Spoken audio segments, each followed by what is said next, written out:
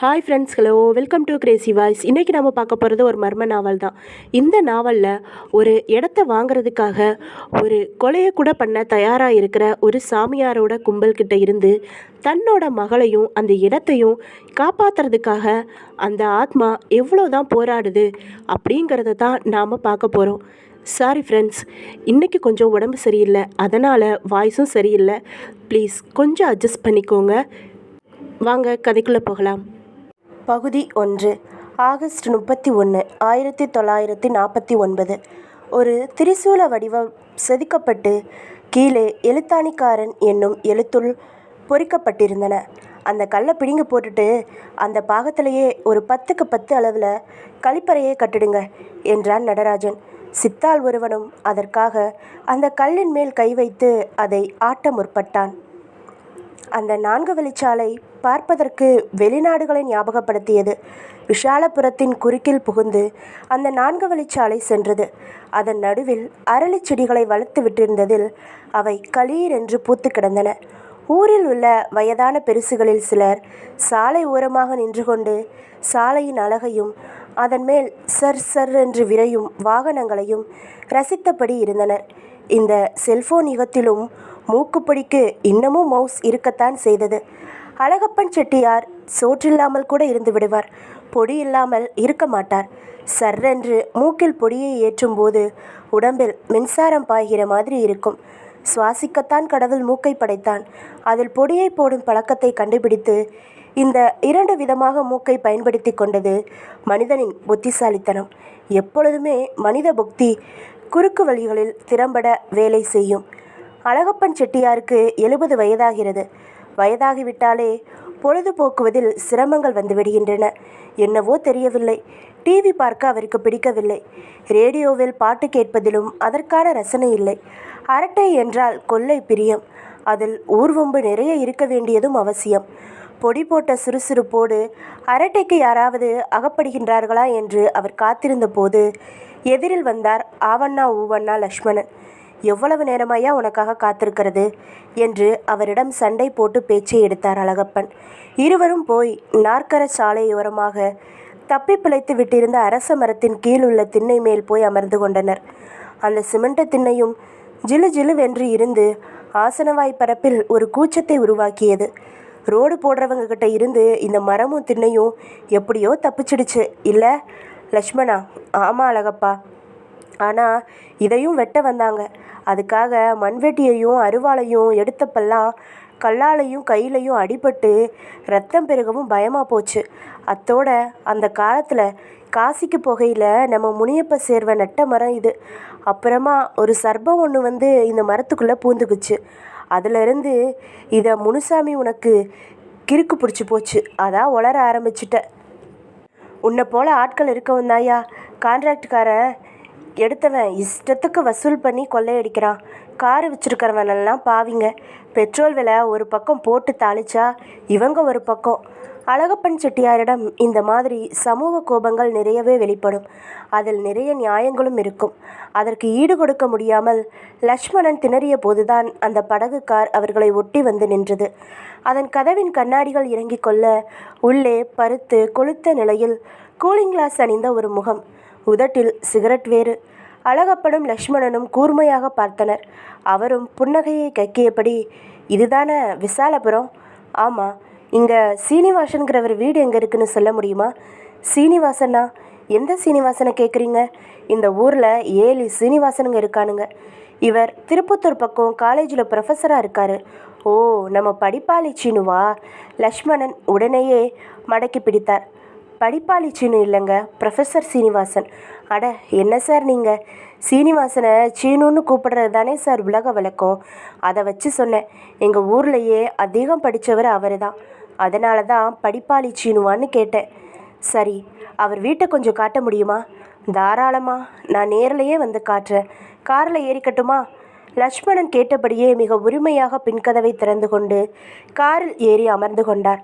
எவன் காரை எடுத்துக்கிட்டு வருவான், ஊசி சவாரி பண்ணலாம்னே கிடக்கிறான் என்று அழகப்பன் முணுமுணுத்து கொள்ள அந்த காரும் சீறிக்கொண்டு புறப்பட்டது. அழகப்பனும் பின்பக்கமாய் தெரிந்த காரை வெறித்த போது அதில் வாரி தெளித்தது போல் இரத்தக்கரை. பகுதி 2.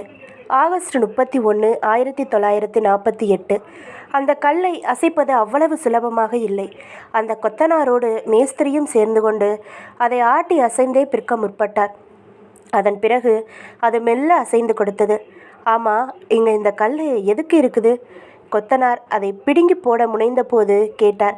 யாருக்கு தெரியும், இந்த வீட்டை நான் வாங்கின நாளாக இருக்குது. ஈசான கல்லுன்னு சொன்னாங்க, நானும் இருந்துட்டு போகட்டும்னு விட்டுட்டேன் என்றார் நடராஜன். கல்லில் சூளக்குரியும் எழுத்தாணிக்காரர்னு பேரும் இருக்குது. இந்த ஊரில் ஒரு காலத்தில் எழுத்தாணிக்காரருங்கன்னு ஒரு கூட்டம் இருந்ததா சொல்லுவாங்க. அப்படின்னா யார் அது? எழுத்தாணிக்காரங்கன்னா தெரியாதா சாமி உங்களுக்கு? அந்த காலத்தில் 4 எழுத்து படிக்கவும் எழுதவும் தெரிஞ்சவங்களை தான் எழுத்தாணிக்காரங்கள்னு சொல்லுவாங்க. இப்போ மாதிரி அப்போ ஏது பேப்பரு பேனாலாம்? பனையேட்டில் குத்துக்கம்பியை பிடிச்சிக்கிட்டு எதையும் எழுதணும், இல்லாட்டி உளியால் இப்படி செதுக்கணும். அப்படி எழுதுறவங்களை தான் எழுத்தாணிக்காரங்கன்னு சொல்லுவாங்க. பேசிக்கொண்ட அந்த கல்லை இருவருமாக தூக்கி ஒரு பக்கமாய் போட்டு அது இருந்த குளிப்பாகத்தை பார்த்தனர். கீழே அடியில் படுக்கை வாட்டில் மண்ணுக்கு பதிலாக ஒரு பட்டிய கல் தெரிந்தது. அந்த இடத்தில் ஒரு கல் கிடக்க வேண்டிய அவசியமே இல்லை. கொத்தனார் மற்றும் மேஸ்திரி முகத்தில் மெல்ல ஒரு திகைப்பு பரவ ஆரம்பித்தது. இரத்தக்கரையை பார்த்த அழகப்பன் செட்டியாருக்கு சற்று பகீர் என்றது. வர்ற வழியில் யார் மேலே காரை விட்டான்னு தெரியலையே, பின்பக்கத்தில் ஒரே இரத்தமால இருக்கு என்று முணுமுணுத்து கொள்ளவும், அவரை ஒட்டி சரசரவென 8 அடி நீளத்துக்கு ஒரு சர்ப்பம் செல்லவும் சரியாக இருந்தது. அதை பார்த்த நொடி அழகப்பன் முதுகுத்தொண்டில் ஒரு குறுகுறுப்பு. அந்த சர்ப்பமும் விறுவிறுவென்று அந்த மரத்தின் பொந்துக்குள் புகுந்து மறைந்தும் போனது. அழகப்பனுக்கு தொண்டை வறண்டு விட்டது. லட்சுமணன் சொன்னது நிஜம்தான் போலும். ஆத்தாடி, எவ்வளவு பெரிய பாம்பு என்று முணங்கியவராக, அதற்கு மேல் அங்கு நிற்க தைரியமில்லாதவராக தன் வீடு நோக்கி செல்லத் தொடங்கினார். ப்ரொஃபஸர் சீனிவாசன் வீடு. அந்த நாளைய வீடுதான். வீட்டு வாசலில் பெரிய ஓதிய மரம்.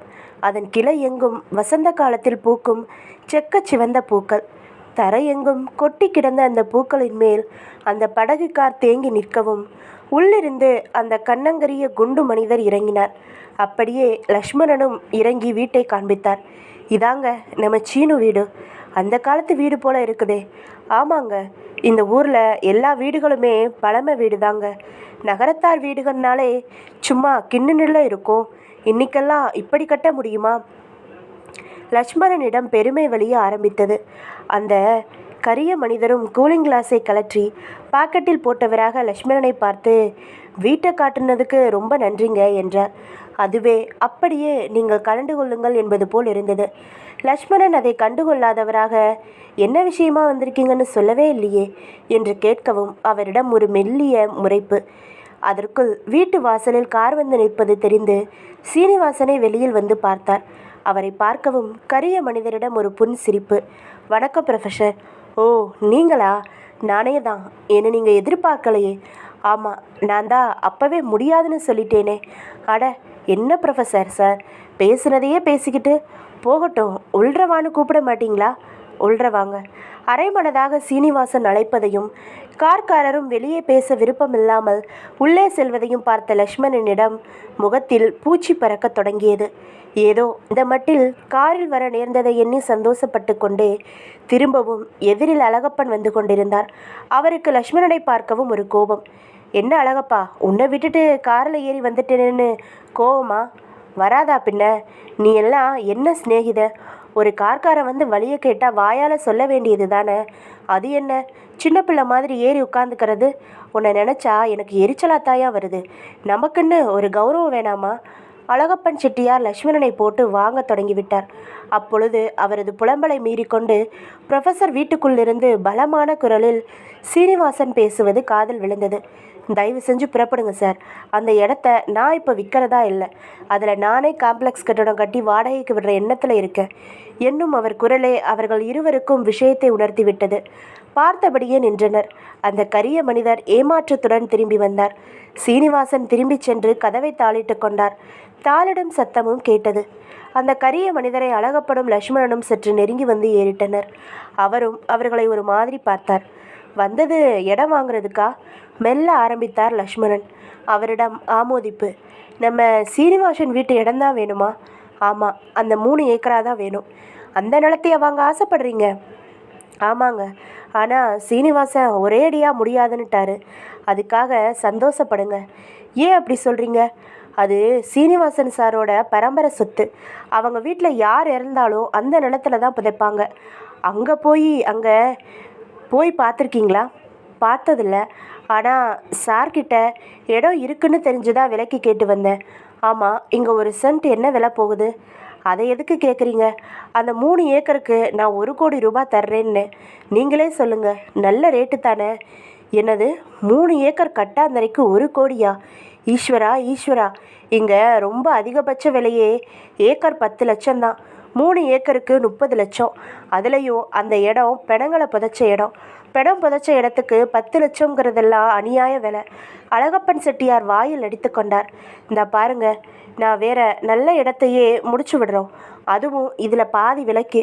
எங்களுக்கு 5% கமிஷன் மட்டும் தாங்க போதும் என்று லக்ஷ்மணன் அப்பொழுதே வியாபாரம் பேச தொடங்கிவிட்டார். ஆனால் அந்த மனிதரிடம் ஆழமான மௌனம். என்னங்க பேச மாட்டேங்கிறீங்க? இல்லை, இந்த 5% கமிஷனை நான் இந்த சீனிவாசன் விஷயத்துக்கே தர்றேன். இவர்கிட்ட எனக்காக பேசி உங்களால் சம்மதிக்க வைக்க முடியுமா? அட என்னங்க நீங்கள், அது விளங்காத இடம், கிட்டத்தட்ட சுடுகாடு மாதிரி. அதுக்கு போய் இப்படி ஆசைப்படுறீங்களே. சரி விடுங்க, நான் வேறு ஆளை பார்க்குறேன். ஆமாம், இந்த ஊரில் அருணாச்சல சாமியார்னு ஒருத்தர் இருக்காருல்ல? இருக்காரு. அவர் உங்களுக்கு தெரியுமா? நல்லா தெரியும். சென்னைக்கு பக்கத்தில் இருக்கிற பம்மலில் தொழில் பண்ணுற பாண்டித்துறைனா தெரியாத சாமியாருங்க கிடையாது. அப்போ சாமியாருங்களையும் தேடி போவீங்களோ? ஆமாம், நான் பரம சிவபக்தன். சாமியாருங்கன்னாலும் ரொம்ப இஷ்டம். இங்கே நான் இந்த 3 ஏக்கர் இடம் வாங்க ஆசைப்படுறது கூட சாமி சொல்லி தான். நான் தெரியாமல் தான் கேட்கேன். அந்த சாமியாருக்கு புத்தி கித்தி கெட்டு போச்சா? ஒரு சுடுகாட்டை போய் உங்களை வாங்க சொல்கிறாரே. சென்னையில் இந்த மாதிரி சுடுகாட்டை வாங்கினவங்க தான் இன்றைக்கி கோடீஸ்வரங்களாக இருக்காங்க. இடத்த சுத்தம் பண்ணி குழு தோண்டி எலும்புகளையும் அப்புறப்படுத்திட்டு அப்புறம் வாஸ்து தோஷம் கழிகிறதுக்காக ஒரு யாகம் பண்ணிட்டா முடிஞ்சிச்சு. அது சரிங்க, அதுக்கு எதுக்கு இவ்வளவு விலை கொடுக்கணும்? அழகப்ப செட்டியார் பாயிண்டை பிடித்தார். ஆனால் அந்த மனிதர் அதற்கு மட்டும் பதில் கூறவில்லை. அவர்களிடம் அதற்கு மேல் எதுவும் பேச விரும்பாமல் தன் காரில் ஏறிக்கொண்டு சாமியாரை பார்ப்பதற்கு புறப்பட்டு விட்டார். பகுதி 3. ஆகஸ்ட் 31, 1947. கல்லை அகற்றிய இடத்திற்கு கீழே தெரிந்த சதுரமான பட்டியக்கல் கொத்தனாரை ஆச்சரியப்படுத்தியது. ஐயா, இங்கே ஒரு கல் கிடக்குதுங்க. அதை அகத்தாமல் குழியை தோண்டி அஸ்திவாரம் போட முடியாது என்றார் கொத்தனார். எங்க என்று எட்டி பார்த்த மேஸ்திரி முகத்திலும் ஆச்சரியம் ரேகையாக விழுந்து ஓடியது. என்ன மேஸ்திரி, ஏன் அது ஒரு பாறையாக இருக்கக்கூடாது என்று கேட்டார் நடராஜன். பார்ப்போம், நல்லா 4 பக்கமும் மண்ணை விளக்கிட்டு பார்ப்போம் என்ற கொத்தனாரும் தொடர்ந்து 4 பக்கமும் மண்ணை வெட்டி அப்புறப்படுத்த தொடங்கினார். கிட்டத்தட்ட 2 மீட்டர் நீள அகலத்துக்கு மண்ணை அகற்றிவிட்டு பார்த்தபோது அந்த கல்லின் நடுவில் அதை கையாலோ இல்லை கயிறு கட்டியோ தூக்குவதற்கு தோதாக கைப்பிடி வெட்டப்பட்டிருந்தது. அதை பார்த்த உடனேயே மேஸ்திரிக்கு புரிந்துவிட்டது. ஐயா, இந்த கல்லுக்கு கீழே அத்துவான அறை இருக்குதுங்க. இந்த வீட்டுக்கு இது ஈசானிய பாகம். ஈசானியத்தில் அத்துவான அறை இருந்தால் அதுக்குள்ளே வணங்கப்பட வேண்டிய விஷயம் இருக்குதுன்னு அர்த்தங்க என்றார்.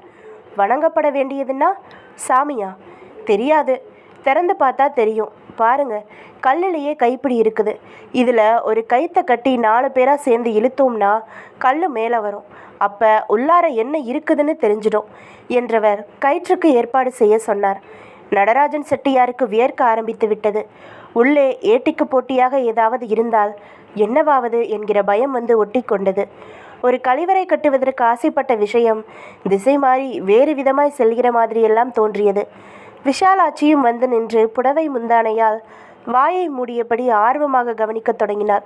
கயிறும் வந்தது.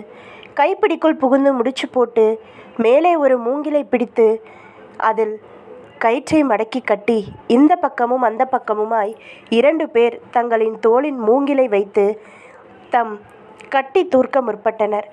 பல வருடங்களாய் அமுங்கி கிடந்த கல் அசைய மறுத்தது. மூச்சு திணறியது, வியர்த்து வடிந்தது. இறுதியாக ஒரு வழியாக அசைந்து கொடுத்து கல்லை விலக்கிவிட்டு உள்ளே திறந்த அத்துவான அறையை பார்த்தபோது டொக் டொக் கதவு தட்டப்படவே திறந்தார் ஸ்ரீனிவாசன். எதிரில் லக்ஷ்மணன். வாங்க மாமா, வரவேற்றார் ஸ்ரீனிவாசன். யாருவோ யாருவ அது அந்த கருவாயன் சும்மா உம்மை சுடுகாட்டு இடத்த கேட்டு வந்தான் போல தெரியுது. லக்ஷ்மணன் எடுப்பிலேயே விஷயத்தை தொட்டுவிட்டார். அப்படியே உள் நுழைந்து காலில் கிடந்த நாற்காலியிலும் அவர் பாணியில் ஒரு கால் மேலும் ஒரு கால் கீழுமாக உட்கார்ந்து கொண்டார். லட்சுமணன் கொஞ்சம் பம்பு பிடித்த மனிதர்.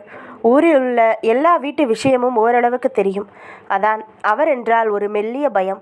அது சீனிவாசன் முகத்திலும் தெரிந்தது. என்ன சீனி, நான் கேட்டதுக்கு பதிலே சொல்லலையே? என்னத்த மாமா சொல்ல, உசுரை கூட விட்டுடுங்க, அந்த இடத்த மட்டும் யாருக்கும் விற்காதீங்கன்னு எங்கள் அப்புச்சி அப்பத்தாவும் சொல்லிட்டு செத்தது தான் காரணம். இதையெல்லாம் நான் அந்த ஆள்கிட்ட விலாவரியாக சொல்லிக்கிட்டு இருக்க பிரியப்படலை. அதான் இஷ்டம் இல்லை, கிளம்பிடுங்கன்னு சொல்லிட்டேன். அப்புச்சிக்கும் அப்பத்தாவுக்கும் நீ இப்படியா கட்டுப்படுவ? அந்த ஆள் தான் கோடி ரூபாய் வரையிலையும் தர்றேங்கிறான்ல. நீங்கள் வாயை பிடுங்காதீங்க. உங்கள் வயசுக்கு மரியாதை கொடுத்து எது காரணமோ அதை சொல்லிட்டேன். அதுக்கு மேலே போட்டு நோண்டக்கூடாது. சீனிவாசன் முகம் கணத்தில் மாறிவிட்டது. லக்ஷ்மணனும் முறைத்தபடியே விலகி போனார். வாசல் தாண்டியவர் திரும்பவும் வந்தார். அந்த ஆள் நம்ம சாமியை பார்க்க போயிருக்கான். சாமி கூப்பிட்டு வித்துடுன்னு சொன்னால் என்ன பண்ணுவேன்? நான் கும்பிடுற அந்த குன்னக்குடி முருகனே வந்து சொன்னாலும் கேட்க மாட்டேன். ஏன்னா அதை விட பெருசு எங்கள் வீட்டு பெரியவங்க சொன்ன வார்த்தை. லக்ஷ்மணனுக்கு செருப்பால் அடித்தது போல் இருந்தது. அந்த நொடியே ஸ்ரீனிவாசன் வீட்டு லேண்ட்லைன் ஃபோனில் அமட்டல். காதை கொடுத்தார். ஆசீர்வாதம் சீனு, நான் சாமி பேசுகிறேன். சிவபெருமான் கடாட்சத்தால் எல்லாம் நல்லபடியாக நடக்கட்டும். ஆமாம், இப்போ நமக்கு வேண்டப்பட்ட தொண்டிமுத்துங்கிறவர் இட விஷயமாக உன்னை வந்து பார்த்தாராம். நீ மறுத்துட்டியாமே? எடுப்பிலேயே சாமி விஷயத்தை தொட்டார். ஆமாம் சாமி, இப்போ தான் லக்ஷ்மணன் மாமா கூட அந்த இடத்த விற்றாதான் என்ன இப்போன்னு கேட்டார். நான் கும்பிடுற முருகனே வந்து சொன்னாலும் எங்கள் பெரியவங்க ஆசைப்படி அதை அப்படியே தான் வச்சிருக்க போகிறேன்னு சொல்லிக்கிட்டு இருந்தேன். உங்களுக்கும் அதே பதிலை திரும்ப ஒரு தடவை சொல்ல தேவை இருக்குதுன்னு நினைக்கிறேன் என்று சாமியாருக்கு சரியான விதத்தில் பதிலை சொல்லி முடித்தார். மறுபக்கம் அதற்கு மேல் பேசாமல் சாமியும் ஃபோனை வைப்பது சத்தத்திலேயே கேட்டது. வாசல் அருகிலேயே நின்று கேட்டபடி இருந்த லக்ஷ்மணனும் பெருமூச்சுடன் வாசலை தாண்டும் போது குரியர் தபால் ஒன்று. ஓடிப்போய் கையெழுத்து போட்டு வாங்கினார் சீனிவாசன். கடிதத்தை பார்த்த மாத்திரத்தில் அது சென்னையில் உள்ள அவரது ஒரே மகளான சந்தியாவிடமிருந்து என்பது தெளிவாகிவிட்டது. சீனிவாசன் மனைவி மல்லிகாவும் ஆவலாக நெருங்கி வந்தார். யாருங்க, சந்தியா தானே? ஆமாம் மல்லிகா. அப்படியே உரத்த குரலில் படிங்க, நானும் கேட்டுக்கிறேன். உன் மகதான் இன்னும் அந்த காலத்திலே இருக்காள்னா நீயும் அப்படியே இருக்கியா மல்லிகா என்றபடி கடிதத்தை வாசிக்க ஆரம்பித்தார். மை டியர் மம்மி டாடி, அன்பு முத்தங்கள். இங்கு என் ட்ரைனிங் நல்ல விதமாக முடிந்தது. டியூட்டியில் சேர ஆர்டர் எடுத்து கொடுத்து விட்டார்கள். நடுவில் ஒரு நாள் கூட லீவு கிடையாது. எனக்கு கிரியேட்டிவ் அசிஸ்டண்ட் போஸ்டிங் போட்டுள்ளன. எல்லாவித அலவன்ஸ்களுடன் சேர்த்து 40,000 ரூபாய் சம்பளம் வருகிறது. முதல் மாதம் சம்பளம் வாங்கியவுடன் அப்படியே எடுத்து கொண்டு வருகிறேன். நமது குலதெய்வமான குன்னக்குடி முருகனுக்கு அபிஷேகம் செய்து உங்கள் விருப்பம் போல் சம்பள பணத்தை உண்டியலில் போட்டுவிடலாம். இந்த செல்போன் யுகத்தில் இப்படி நான் கடிதம் எழுத காரணம் இருக்கிறது. செல்போனில் பேசின அந்த நிமிடங்களோடு என் பேச்சு முடிந்துவிடும். கடிதம் என்றால் அப்படி இல்லை. அம்மாவுக்கு என் நினைவு வரும்போதெல்லாம் எடுத்து படிக்கலாம். செலவும் கிடையாது. அத்துடன் கடிதங்கள் தான் எண்ணங்களை அழுத்தமாக பகிர்ந்து கொள்ள சரியானவை. இந்த செல்போன் சுத்த வேஸ்ட். இது தொழில்முறை பேச்சுக்குத்தான் மிகுந்த பயம் தரக்கூடியது. மற்றபடி இதனால் நிறைய தீமைகளை ஏற்படுகின்றன. என்னோடு வேலை பார்க்கும் ஒரு பெண் மிகவும் பாவம். அவள் ஹாஸ்டலில் குளிக்கும்போது யாரோ திருட்டுத்தனமாக செல்போனில் படம் எடுத்து விட்டனர். அதை காட்டி பணம் புடுங்கவும் முயற்சி செய்தனர். பின்னர் நான் தான் அவளுக்கு தைரியம் தந்து போலீஸில் புகார் கொடுக்க செய்து படம் எடுத்த நபரையும் தந்திரமாக பிடிக்க ஏற்பாடு செய்தேன். அவன் ஒரு 7 வருஷத்திற்கு வெளியே வர முடியாது. அவன் மேல் அப்படி அழுத்தமாக குற்றத்தை பதிவு செய்துள்ளோம். இதை படித்துவிட்டு என்னை நினைத்து அனாவசியமாக கவலைப்படாதீர்கள். நான் ஜாக்கிரதையாகவும் பாதுகாக்கவும் தான் இருக்கிறேன். நான் உங்கள் பெண். என்னை யாராலும் எதுவும் செய்ய முடியாது. எனக்கு குன்னக்குடி முருகனின் துணை உள்ளது. அந்த விபூதி அணியாமல் நான் ஆஃபீஸ் போவதோ கிடையாது. இதனால் ஆஃபீஸில் என் சக தோழிகள் நண்பர்கள் என்னை கேலியாக சந்தியா மாதாஜி என்று கிண்டலாக கூப்பிடுகிறார்கள். ஆனால் அது எனக்கு மகிழ்ச்சியை தருகிறது. அப்பா, நீங்கள் காஃபியில் சர்க்கரை சேர்த்துக்கிறாதீங்க. அம்மா, நீ தினமும் காலை மடக்கி பயிற்சி செய். அப்போதான் முட்டு வலி வராது. 2 பேரும் ஆசைப்பட்டு மொச்சப்பயிரை சாப்பிட்டுடாதீங்க. உங்கள் 2 பேருக்குமே அது ஆகாது. அப்பா, இந்த கடிதம் கிடச்சதும் ஃபோன் பண்ணுங்க. ஃபோனில் இது தொடர்பாக ஒரு 5 நிமிஷம் பேசினா உண்மையிலேயே அதுதான் ஜாலி. இப்படிக்கு பாசத்துக்குரிய உங்கள் சந்தியா. நீண்ட அந்த கடிதத்தை படிக்க சீனிவாசனுக்கு மிகவும் நெகிழ்ச்சியாக இருந்தது. சந்தியாவின் நெளிவு, அவளது தீர்க்கம் என்று எல்லாமே அவரை பரவசப்படுத்தியது. மல்லிகாவின் கண்களிலும் நீர் துளிர்த்து விட்டிருந்தது.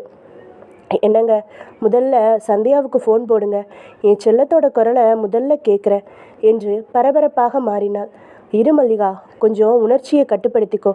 இந்நேரம் சந்தியா நாம் லெட்டர் கிடச்சி படிச்சுக்கிட்டு இருக்கதா நினச்சிக்கிட்டு இருப்பா. அதே எண்ணத்தில் நம்ம ஃபோனுக்காகவும் காத்திருப்பா. ஆனால் நாம் உடனே ஃபோன் பண்ணிடக்கூடாது. கொஞ்சம் அவளை தவிக்க விடுவோம். அட போங்க நீங்கள், அது குழந்தைங்க, அதை போய் தவிக்க விட்டுக்கிட்டு உங்களுக்கு எதில் விளையாடுறதுனே இல்லையா? நம்ம பிள்ளைக்கிட்ட நாம் விளையாடாமல் யார் மல்லிகா விளையாடுவா? கூடாதுங்க. நம்ம பிள்ளைய நாம் எதுக்காக தவிக்க விடக்கூடாது? அது மனசு தாங்காதுங்க. அட, இதுக்காக நீ ஏன் கண்கலங்குற? ஒரு விளையாட்டுக்கு சொன்னதுக்கு இவ்வளவு சீரியஸ் ஆகிட்டியே. பின்ன என்னங்க, அவளே நம்மளை பிரிஞ்சு தனியாக இருக்கா. ஹோட்டல் சாப்பாடு வேற, யார் கையோ எப்படிப்பட்ட ராசியோ, இத்தோட ஆஃபீஸில் வேலை வேற. அதுக்கு நம்ம நினப்பு தானேங்க சுகமே. அவளுக்கு மட்டுமா? நமக்கும் தானே. பேசிக்கிட்டே இருக்கீங்களே, எங்கே ஃபோனு? முதல்ல ஃபோன் போடுங்க. பரபரப்புக்கு மாறி படபடப்பில் உழன்றாள் மல்லிகா. ஆனாலும் இந்த பாசம் ரொம்ப பொல்லாதது மல்லிகா. நான் ஃபோன் போட்டு தராட்டி ரயில் ஏறி உன் பொண்ணை பார்க்க நேராகவே போயிடுவோம் போல இருக்கே. நிச்சயமா அப்படி போனால் என் கையால் என் செல்லத்துக்கு ஒரு 4 நாளைக்கு நல்லா சமைச்சு போடுவேன்ல. பைத்தியக்காரி, அதுக்கு நீ இப்போவே ரெடியாகு. நானும் உன் கூட வரேன். 2 பேருமா நம்ம மக முன்னால் போய் நிற்போம். நிஜமாவா சொல்கிறீங்க? ஃபோனு அதான் நேரில் போக போகிறோமே, அதுக்கு எப்படியும் 6-7 மணி நேரம் ஆகும். அதுவரை நம்மக்கிட்ட இருந்து ஃபோன் வராமல் நம்ம பொண்ணு தவிப்பாளே. நல்லா தவிக்கட்டும்.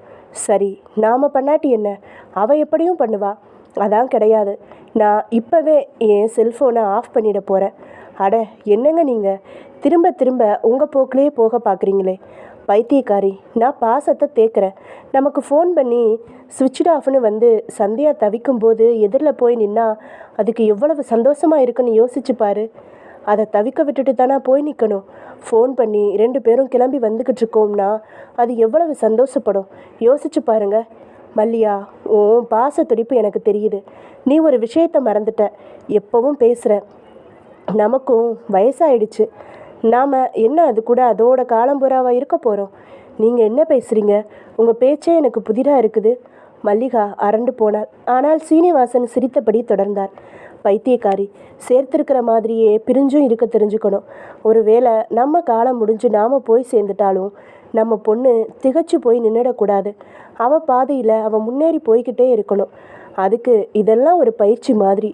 சீனிவாசன் தன் முடிவை நியாயப்படுத்தினார். மல்லிகாவுக்கு மட்டும் இறுதி வரை சமாதானமாகவில்லை.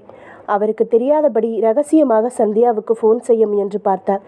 சந்தியா செல்போனை எட்ட முடியவில்லை. நாட் ரீச்சபிள் என்றே வந்தது. பகுதி 4. அந்த அத்துவான அறைக்குள் ஒரு பெண் சிலை ஒன்று படுக்கை வாக்கில் கிடந்தது. பல காலமாக உள்ளடங்கி கிடந்தால் அதன் மேல் மண் திப்பிகள் ஒட்டி கிடந்தன. கல்லை அகற்றிய நொடி வெளிச்சம் பட்டு பளிச்சென்று தெரிந்தது அந்த சிலை. 3 அடி அகலமும் 5 அடி உயரமும் இருந்தது. கோவிலில் அம்பாள் விக்கிரகம் அமர்ந்திருப்பது போலத்தான் அந்த சிலையும் அமர்ந்த நிலையில் இருந்தது. ஒரு கையில் மழுவாயுதமும் இன்னொரு கையில் ஒரு சிறிய கத்தி வைத்திருந்தது. அப்படியே மல்லாக்கப்படுத்திருக்கும் ஒருவர் வானத்தை பார்த்தபடி படுத்திருப்பது போல அந்த சிலை காட்சி தந்தது. கொத்தனார் மேஸ்திரி முதல் நடராஜன் செட்டியாரும் விசாலாட்சியும் அதை பார்த்து வியந்தார்கள். ஐயா, சாமி சிலைங்க என்றார் மேஸ்திரி. பார்த்தா அப்படித்தான் தெரியுது. ஆனால் எதனால் இப்படி உள்ளே போட்டு கல்லை போட்டு மூடுனாங்கங்கிறது தெரியலையே என்றார் கொத்தனார். இப்போ என்னங்கய்யா பண்ணலாம்? எனக்கும் என்ன பண்ணுறதுன்னு தெரியலையே. ஏங்க, நாம் குன்னக்குடி மலை மேலே தங்கியிருக்கிற சாமியாரை போய் பார்த்து அவர்கிட்ட விவரம் கேட்போம். விஷாலம் எடுத்து கொடுத்தாள். இந்த மாதிரி விஷயத்துக்கெல்லாம் சாமியாருங்க தான் சரி. அப்படியே செய்யுங்க. தற்காலிகமாக இந்த இடத்த ஒரு பலகையை போட்டு மூடி வைப்போம். அவர் வந்து பார்த்துட்டு என்ன சொல்கிறாரோ அப்படியே செஞ்சுடுவோம் என்று மேஸ்திரியும் தனது வேலையை ஒத்தி போட்டார். நடராஜனிடம் ஒரு சலனம் தெரிய தொடங்கியது. அவர்கள் விலகவும் விசாலம் கேட்டாள். ஏங்க, என்னங்க இதெல்லாம்? நல்லதுக்கா கெட்டதுக்கானே தெரியலைங்களே. அதான் விலாசம் எனக்கும் புரியலை. இது கும்பிட வேண்டிய சிலையா இல்லை இப்படி உள்ளர கிடக்க வேண்டியதான்னு சாமியார் தான் சொல்லணும், என்னன்னே தெரியலை. சரி வாங்க, இப்போவே குன்னக்குடிக்கு போவோம், அதுதான் இப்போ ஒரே வழி என்று புறப்படும் முன் வீட்டில் இருந்து பலகையை தேடி எடுத்து வந்து தோண்டிய பாகத்தின் மேல் மூட பார்த்தார். எவ்வளவு முயன்றும் முழுவதாய் மூட முடியவில்லை. அதற்குள் அக்கம் பக்கம் விஷயம் பரவி ஆள் ஆளுக்கு வந்து பார்க்க தொடங்கினர். சீனிவாசனும் மல்லிகாவும் புதிய நாற்கர சாலையின் ஒரு ஓரத்தில் வெளியூர் பேருந்துகள் வந்து நிற்கும் இடத்தில் நின்றபடி இருந்தனர்.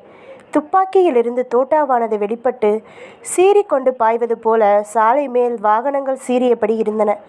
மல்லிகா முகத்தில் மட்டும் வாட்டம் தெரிந்தது. அது சீனிவாசனுக்கு புரிந்தது.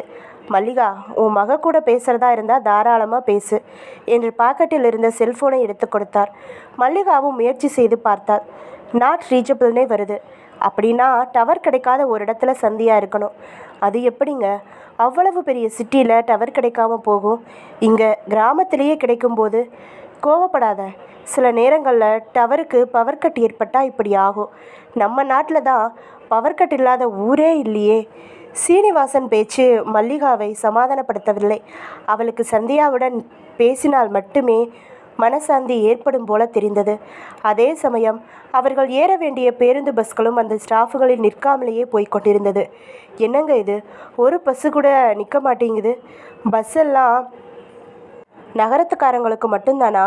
கிராமத்தில் இருந்தால் தேவுடு காக்கணும். நாமளும் தானே வரி கட்டுறோம். நாம் என்ன அவங்கள மாதிரி ஆயிரக்கணக்காக கட்டுறோம்? ஏதோ கட்டுறோம். இப்போ நீங்கள் ஆதரவாக பேசுகிறீங்களா, எதிர்ப்பாக பேசுகிறீங்களா? நான் நியாயத்தை பேசுகிறேன். உனக்கு எப்படியோ ஏதோ என்ன தோணுதோ அப்படி எடுத்துக்கோ. நகர வாழ்க்கையை சில நன்மைகள், சில தீமைகளும், கிராம வாழ்க்கையும் அப்படித்தானே. ஏங்க இப்படி கொக்கி போட ஆரம்பிச்சிட்டிங்க? நல்லா தானே இருந்தீங்க. என்ன பண்ணுறது, நமக்கு பஸ் கிடைக்கிற வரைக்கும் பொழுது போகணுமே. சீனிவாசன் ஜாலியாக சொல்லவும் அவர்களை அந்த கருத்த மனிதரின் கார் உரசி கொண்டு நிற்கவும் சரியாக இருந்தது. கண்ணாடி சர் என்று கீழே இறங்கியது. அவர் முகமும் தெரிந்தது. ஹலோ ப்ரொஃபஸர் என்றார். சீனிவாசனுக்கு அவரை பார்க்கவும் சுரீர் என்றது. பார்வையை திருப்பிக் கொண்டு சாலையை பார்த்தார். ப்ரொஃபஸர் சார், உங்களைத்தான். எங்கே கிளம்பிட்டீங்க? அது எதுக்கு உங்களுக்கு? கோச்சிக்காதீங்க, நான் சென்னை தான் போகிறேன். ஏறிக்கங்க. சென்னையில் எங்கே இறங்கணுமோ இறங்கிக்கலாம். ரொம்ப நன்றி, நாங்கள் பஸ்லையே போய்க்கிறோம். என்ன ப்ரொஃபஸர் சார், என்னவோ ஜென்மோ விரோதியை பார்க்குற மாதிரி பார்க்குறீங்க. நான் ரொம்ப நல்லவன் சார். இப்போது கொஞ்சம் வாயை மூடுறீங்களா? சீனிவாசன் கோபத்தில் வெடித்தார். அவரும் அதற்கு மேல் அவரை சீண்டாமல் புறப்பட்டு விட்டார். பின்னாலேயே இன்னொரு கார். பார்க்கும்போதே அது ஒரு டிராவல்ஸ் கார் என்பது பளிச்சென்று தெரிந்தது. காரும் சீனிவாசனை ஒட்டி நின்றது. உள்ளிருந்த டிரைவர் பேசினார். சார் வர்றீங்களா? வண்டி சென்னை வர போகுது. இல்லைப்பா, நாங்கள் பஸ்லேயே போய்க்கிறோம். சார், பஸ் டிக்கெட் எவ்வளவோ அதையே கொடுங்க. நான் ஒரு பார்ட்டியை காரைக்குடியில் இறக்கிட்டு சும்மா போகிறதுக்கு யாரையாவது கூட்டிக்கிட்டு போகலாமேன்னு பார்க்குறேன். டிரைவர் குரலில் தெரிந்த யதார்த்தம் சீனிவாசனை சற்று யோசிக்க வைத்தது. மல்லிகாவுக்கும் பஸ்ஸுக்கும் காத்திருப்பது எரிச்சலாக இருந்தது. என்னங்க போலாங்க என்றார். சரிப்பா, ஆனால் ஒரு கண்டிஷன். போகிற வழியில் எங்களை தவிர யாரையும் ஏற்றக்கூடாது. அப்போது ஒரு 100 ரூபாய் சேர்த்து போட்டு கொடுங்க சார். இப்போ தான் பஸ் டிக்கெட் காசு கொடுத்தா போதும்னு. பெட்ரோல் விலையை கொஞ்சம் யோசிச்சு பாருங்கள் சார். இதோ பாருப்பா, அந்த விலை உயர்வு உனக்கு மட்டும் இல்லை, எனக்கும் தான். சரிங்க சார், உங்கள் விருப்பம் போல் கொடுங்க. ஏறுங்க. அவன் இறங்கி பின்னால் டிக்கியை திறந்தான். அவர்களின் பெட்டியை அதில் வைக்க சொல்லிவிட்டு பின் டிக்கியை மூடினான். அவர்களும் பின் சீட்டில் ஏறி கொண்டனர். மல்லிகாவுக்கு உற்சாகமாக இருந்தது. டிரைவர் உள்ளே ஏசியை போட்டுவிட்டு சீடியில் பாட்டையும் போட்டான். டிரைவர், பாட்டை நிறுத்து, எனக்கு இந்த சினிமா பாட்டுனாலே பிடிக்காது என்றார். ஏங்க இப்போ ட்ரை பண்ணி பாருங்களேன், சந்தியாவோட லைன் கிடைக்குதான்னு என்று மல்லிகா மகள் நினைப்பிலேயே போய் நின்றாள்.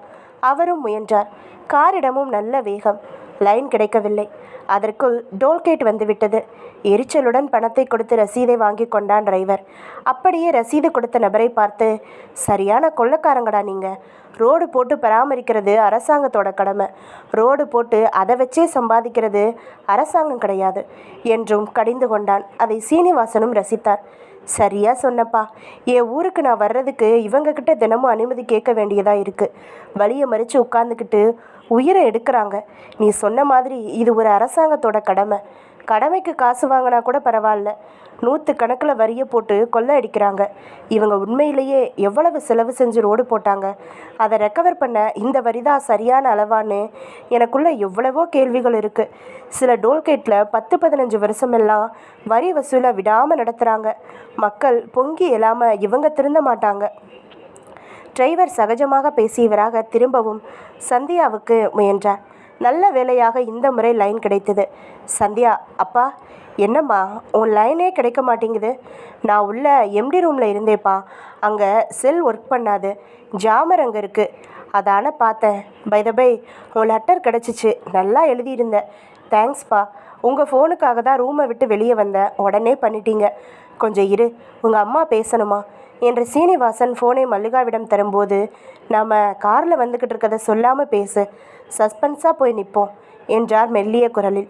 மல்லிகா அதை பொருட்படுத்தாமல் ஃபோனை வாங்கி சந்தி என்றாள் அவள் பாணியில். அம்மா, அடுத்த மாதம் கட்டாயம் உன்னை சந்திக்கிறேம்மா என்றாள் கிண்டலாக. கலிக்கென்று அதை கேட்டு சிரித்து விட்டாள் மல்லிகா. இந்த சிரிப்புக்காக தாம்மா அப்படி பேசினேன். எப்படிம்மா இருக்க? எனக்கு என்னம்மா, நல்லா இருக்கேன். ஆனால் சாப்பாடு தான் படுத்துது. நான் சாப்பிட்ற மெஸ்ஸில் அண்ணாசாமிங்கிற ஒருத்தர் தான் சமையல்காரரு. அவருக்கு இந்த உலகத்திலேயே ரொம்ப பிடிச்ச காய் பூசணிக்காய் தான். தினம் அதில் தான் சாம்பார். அதே போல் பீட்ரூட் பொரியல் தான் தினமும். ஏன்னா இது ரெண்டும் தான் காய்கறி மாட்டில் சீப்பு. இதுக்கு பேரே ஹோட்டல் காயாம். வேடிக்கையாக இல்லை?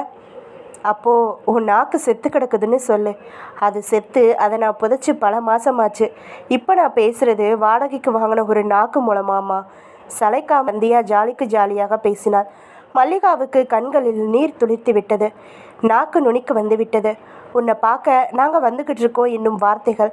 அதை கவனித்து ஜாடையாலேயே தடுத்தார் சீனிவாசன். அப்புறமா ஊரில் மழையா? மழையாவது கிளையாவது எல்லாரும் சேர்ந்து அழுதாக்கா வேணா கண்ணில் தண்ணி வந்து அது தரையில் கொட்டினா உண்டு. ஊரில் தண்ணி இருக்குதா, வத்திடுச்சா? ஏதோ கொஞ்சம் இருக்குது. பவர் கட்டு தாம்மா ரொம்ப மோசம். வெயிலுக்கும் அதுக்கும் உடம்பு அவிஞ்சு போயிடுது. இங்கே எனக்கு ஆஃபீஸில் ஏசிமா, அதனால் வெயில் தெரியல. ஆனால் ரூமில் ரொம்ப மோசம். சென்னையும் சூரிய பகவானுக்கு ரொம்ப பிடிச்ச ஊர் தாம்மா. டெய்லி இங்கே கதகளியே ஆடுறாரு. பேசாமல் ஒரு தனி வீடு பார்த்துனேன். வாடகை 8000 10,000 கேட்பாங்க. தோட்டத்தில் பாதி கிணறு மாதிரி சம்பளத்தில் பாதியை அதுக்கு கொடுத்துட்டு அப்புறம் என்னம்மா பண்ண? அதுக்காக இப்படியே எவ்வளவு நாள் கஷ்டப்பட? நான் என் சம்பாத்தியத்தில் சொந்தமாக ஒரு வீடு வாங்குற வரை சகிச்சுக்கிட்டு தாம்மா இருந்தாகணும். அதுக்கெல்லாம் யோகம் வேணுமா? நமக்குன்னு இருக்கிற இடத்தையே நம்மளால் பயன்படுத்த முடியலையே. மல்லிகா பேச்சு வாக்கில் நிலத்திடம் வந்தாள். நானும் கேட்கணுன்னு இருந்தேன். அதை வச்சுக்கிட்டு இருக்கிறதுக்கு யாருக்காவது கொடுத்துடலாமேம்மா. அதை ஏன் கேட்குற? இன்றைக்கி கூட ஒருத்தர் அதை கேட்டு வந்தார். மல்லிகா அந்த நில விஷயத்தை தொட்டு பேச ஆரம்பித்த போதுதான் அந்த அசம்பாவிதமும் நடக்க ஆரம்பித்தது.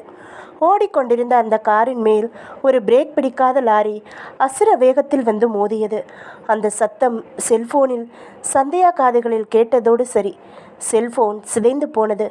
செல்போன் மட்டும்தானா? பகுதி 5. அக்கம் பக்கம் முழுக்க அந்த சிலை பற்றித்தான் பேச்சு. நடராஜனும் விசாலாட்சியும் சாமியாரை பார்க்க புறப்பட்டு விட்டிருந்தனர். அப்போது அவர்கள் எதிரில் ஒரு 90 வயது மதிக்க தகுந்த வயதான பெரியவர் ஒருவர் தடியை ஊன்றி கொண்டு வந்து கொண்டிருந்தார். அவரை பார்க்கவும் நடராஜனும் விசாலாட்சியும் நின்றனர். அவரும் அருகில் வந்து அத்துவான அறைக்குழியை வானம் பார்த்தபடி கிடந்த அந்த சிலையை எட்டி பார்த்தார். பார்த்த வேகத்தில், அடக்கிரகமே, இது ஊரை விட்டு போவலியா? இங்கனையேவா கிடக்குது என்று கேள்வியோடு முணுமுணுத்தார். ஐயா, அப்போ உங்களுக்கு இந்த சிலையை பற்றி தெரியுமா? ஏன் தெரியாமல்? நல்லா தெரியும். இது ஜோஸ்ரா தேவியோட சிலை, நவபாசானத்தில் செஞ்சது என்றார். ஜோஸ்ரா தேவியா? நான் கேள்விப்பட்டதே இல்லையே. இப்போ கோவிலில் வச்சு கும்பிட்டுக்கிட்டு இருந்தால எல்லாருக்கும் தெரிகிறதுக்கு. அதான் 10ஆம் நூற்றாண்டோடு போயிடுச்சே. என்னையா சொல்கிறீங்க? இப்போதாண்டா சக்தி, மாரியம்மன், லக்ஷ்மி, அம்பாள்னு அந்த காலத்தில், அதாவது 1000 வருஷத்துக்கு முந்தி ஜோஸ்ரா தேவி தான் ஊருக்கே மகாலட்சுமி. ஆனால் இவளை கும்பிடுற விதமாக கும்பிடணும். வழிபாட்டில் ஒரு தப்பு பண்ணாலும் அவ்வளவுதான், ஊரே நாசமாக போயிடும். என்னென்னமோ சொல்கிறீங்களே, நான் எங்கடா சொல்கிறேன்? என் காதில் விழுந்ததை சொல்கிறேன். இந்த ஜோஸ்டாதேவி சிலை தான் ஊர் எல்லை மாரியம்மன் கோவிலில் இருந்துச்சு. கோவிலுக்கு கூரையும் கிடையாது, இவளுக்கு கூரை ஆகாது. ஏன் அப்படி? உனக்கு என்ன தெரியும்? ஆனால் ஒரு விஷயம் நல்லா தெரியும். இவளை முறையாக கும்பிடாமல் விட்டப்போ ஊரே காய ஆரம்பிச்சிடுச்சு. எங்கே பாரு வறட்சி. 1 வருஷம் 2 வருஷம் இல்லை, 13 வருஷம் மழை பெய்யாமல் போனால் என்ன ஆகும்? அந்த பெரியவர் சொன்னதை கேட்டு நடராஜனும் விசாலாட்சியும் வாயை பிளந்தனர். அப்போது இமயமலை பக்கத்தில் இருந்து வந்த ஒரு சாமியார் தான் இந்த சிலையை முதல்ல படுக்க வைங்க, மழை வரும்னாரு. அப்படி செய்யவும் மழை பிச்சுக்கிட்டு கொட்டுனுச்சு. பெரியவர் சொன்னதில் நம்ப முடியாத பல செய்திகள். காரைக்குடி சிஹெச். சீனிவாசன் உயிர் பிரிந்து விட்டிருந்தது. மல்லிகா உயிரோ துடித்து கொண்டிருந்தது. தலை தெறிக்க வந்திருந்தாள் சந்தியா. உறவுக்காரங்களும் வந்து சேர்ந்திருந்தனர். சிலர் ஓடி வந்து சந்தியாவை கட்டிக்கொண்டு அழுதனர். சந்தியா உறைந்து போயிருந்தாள். அவள் வாழ்நாளில் துக்கம் என்றால் என்னவென்று தெரியாதபடி வளர்ந்தவள். அவள் பிறந்ததிலிருந்து உறவினர்களின் மரணம் கூட நிகழவில்லை. எனவே மரணம் பற்றியோ அதன் தாக்கம் பற்றியோ லேசு பாசாக கூட அவளுக்கு தெரியாது. சீனிவாசனும் அவளுக்கு அதை உணர்த்தியதில்லை. அவள் சந்தித்த பிரிவு துயரமே முதல் முறையாக அவள் வேலைக்காக சென்னைக்கு சென்ற போதுதான் நேர்ந்தது. உண்மையில் மிக கொடுமையான நாட்கள் அவை. ஓரளவுக்கு மேல் அப்பா அம்மா பிரிவை அவள் நெஞ்சத்தால் சுமக்க விடியவில்லை. நடு இரவில் எழுந்து அமர்ந்து கொண்டு அவள் அழுத போது பக்கத்து படுக்கையில் இருந்த பெண் அதை கவனித்து ஆறுதல் சொல்லி கொஞ்சம் கொஞ்சமாக தேற்றினாள். பெண்களுக்கு பிரிவு துயரம் பழக வேண்டும். திருமண பந்தம் நிரந்தரமாக அவர்களை பிரித்து விடுகிறது. அதன் பின் தாய் தகப்பன் கூட ஒரு 3வது மனிதன் போலதான். தன் கணவன், தன் குழந்தை, தன் வீடு என்று வாழ்ந்தாக வேண்டியதுதான் பெண்ணின் வாழ்க்கை போக்கு. அதையே மாற்ற வேண்டும் என்பாள். சீனிவாசன் எப்போது திருமண பேச்செடுத்தாலும், அப்பா, உங்களையும் அம்மாவையும் நான் எப்போவுமே பிரிய மாட்டேன். என்னை கல்யாணம் பண்ணிக்க சம்மதிக்கிறவங்க இதுக்கு சம்மதிச்சா கல்யாணம், இல்லைனா கல்யாணமே வேண்டாம் என்பார். சீனிவாசன் சிரிப்பார். அம்மாடி, 1000 வருஷத்து விஷயம். நீ என்னமோ ஒரு நாளில் மாற்றிடலாம்னு நினைக்கிற. உன் பாசம் எனக்கு புரியுது. இதெல்லாம் கொஞ்ச நாள் தாம்மா. நீ சந்தோஷமாக உன் புருஷன் வீட்டில் வாழ்ந்தா அதுதாம்மா எங்களுக்கு நீ எங்கள் கூட இருக்கிறத விடவே பெரிய சந்தோஷம் என்பார். ஏன்பா, எவ்வளவோ விஷயங்கள் காலத்தால் மாறலையா? நான் மாற்றி காட்டுறேன். எப்போவும் பிள்ளை வீட்டுக்காரங்க தான் பெண் பார்க்க வரணுமா? ஏன் நாம் போய் பையனை பார்க்கக்கூடாதா? அப்போ நீங்கள் ஏன் பையனை பார்த்து ஆடத் தெரியுமா பாடத் தெரியுமான்னு கேட்கக்கூடாது? நான் மாற்றி காட்டுவேன்பா என்பார். சீனிவாசன் அதை ரசித்து சிரிப்பார். அப்படி ரசித்து சிரித்த முகம் பேண்டேஜ் போட்டு கட்டப்பட்டு மார்ச்சுவரியில் பிணங்களோடு பிணங்களாய் கிடந்தது. அதை பார்க்க சந்தியாவுக்கு அடிவயிற்றை என்னவோ செய்தது. மனித வாழ்வில் இப்படியெல்லாம் துன்பப் பகுதிகள் ஒளிந்திருப்பதே அவளுக்கு இப்பொழுதுதான் தெரியும். ஐயோ, இது என்ன கொடுமை! சில மணி நேரங்களுக்கு முன்பு வரை கலகலவென்று பேசியவர் இப்பொழுது இப்படி பொட்டலமாக கிடக்கிறாரே. அவள் கண்களில் நீர் முட்டிற்று. அப்பொழுது அவர் கட்டுப்போட்ட உடலின் மேல் மார்ச்சுவரி ரிப்போர்ட் சீட்டை பார்த்து அவர் பேரை எழுதி அவருக்கு என ஒரு நம்பரையும் போட்டு அந்த உடம்பையும் ஒரு ஓரமாய் இழுத்து கிடத்தினான் மார்ச்சுவரி ஸ்வீப்பர். அத்தை, அப்பாவை அவன் குப்பை மாதிரி இழுத்து போடுறான், போய் சொல்லுங்க அத்தை. சந்தியா வெடித்து விட்டாள். அது அந்த ஸ்வீப்பர் காதில் விழவே இல்லை. வெளியே வந்து அவளிடமே உங்கள் பாடியோட பேர் என்ன என்று கேட்கவும் வாழ்க்கை இவ்வளவு நிலையற்றதா என்று கேட்க தோன்றியது. பாடி இல்லையா? அப்பா, என் அப்பா பேர் சீனிவாசன். ஓ, சீனிவாச பாடியா? அவன் அந்த பாடியை விடவில்லை. சந்தியாவுக்கு அதன் முதல் காட்சி. அவன் வரையில் அது 10,000க்கும் மேலான பிணங்களில் ஒன்று. அப்பொழுது டாக்டர் வந்தார். சந்தியாவிடம் சில தாள்களில் கையெழுத்து வாங்கினார். நடுவே அதற்கு இதற்கு என்று இஷ்டத்துக்கு பணம் கேட்டார். போலீஸ்காரர்கள் சர்டிஃபிகேட் தர வேண்டுமாம். அவர்கள் பிணத்தை அப்படியே நிறுத்தி வைக்க முடியாதாம்.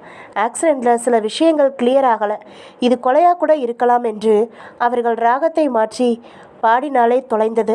அது பணத்திற்காகத்தான். செத்தப்பின் மனிதன் எதற்குமே பயன்படுவதில்லை என்று யார் சொன்னது? ஜிஹெச்சில் போய் பார்த்தால் தெரியும். இறந்தவங்களுக்கு இருக்கிற சமுதஸ்து, சொந்த பந்தங்கள் இவைகளை வைத்து அவர் ரேட்டு இஷ்டத்துக்கும் உயர்ந்திடும். ஆம்புலன்ஸில் பிணத்தை ஏற்றுபவனிலிருந்து டிரைவர் வரை காராம்பசுவாக நினைத்து கறந்து விடுவார்கள். அந்த காட்சிகள் எல்லாமும் அங்கேயும் அரங்கேறின. அப்பாவே போய்விட்ட நிலையில் பணம் என்ன பணம் என்கிற மன அமைப்புதான் அவர்கள் கறக்கவும் அடிப்படை. டாக்டரும் கையை சொரிந்தார். இன்சூரன்ஸ் பாலிசி எல்லாம் போட்டிருக்காரம்மா என்று கேட்டார். போட்டிருக்காரு. அப்படியே accident certificate, mortuary certificate, death certificate எல்லாமே ரொம்ப முக்கியம்.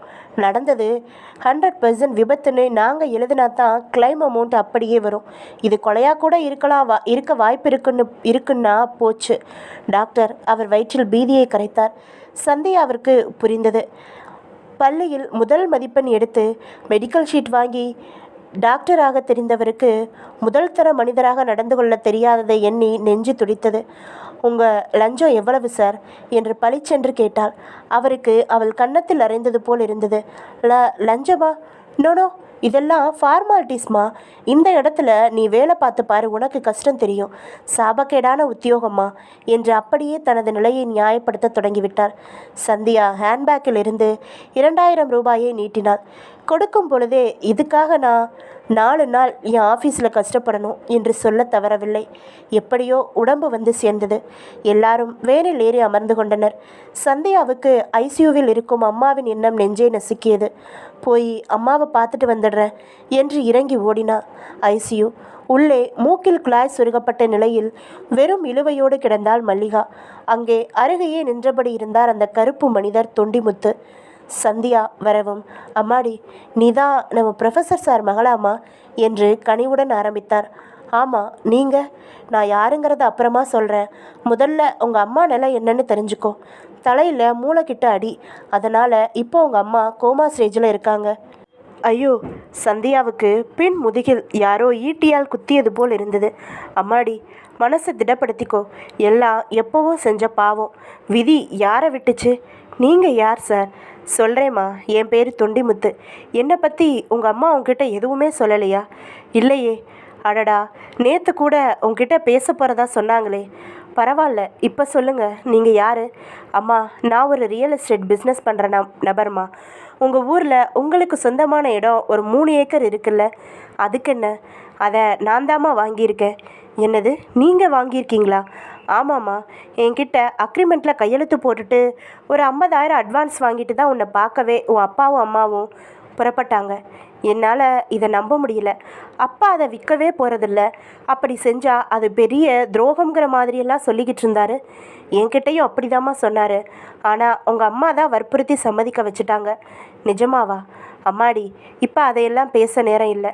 உன் வாழ்க்கையில் ரொம்ப முக்கியமான தருணத்தில் வேற இருக்க. நீ போய் அப்பா காரியத்தை முடிப்போம், பிறகு மற்ற விஷயத்த பேசுவோம். வாமா என்று அவளை அழைத்து கொண்டு வெளியே வேனை நோக்கி செல்லத் தொடங்கினார். சந்தியாவுக்கு எல்லாமே புதிராகவும் இருந்தன. பகுதி 6. நடராஜன் முன்னாலும் விஷாலம் முன்னாலும் அந்த தொண்டு கிளம் ஜோஸ்ராதேவி சிலையை பார்த்தபடியே சொல்ல ஆரம்பித்தார். எனக்கு நல்லா ஞாபகம் இருக்குது. எனக்கு அப்போ 7-8 வயசு இருக்கும்.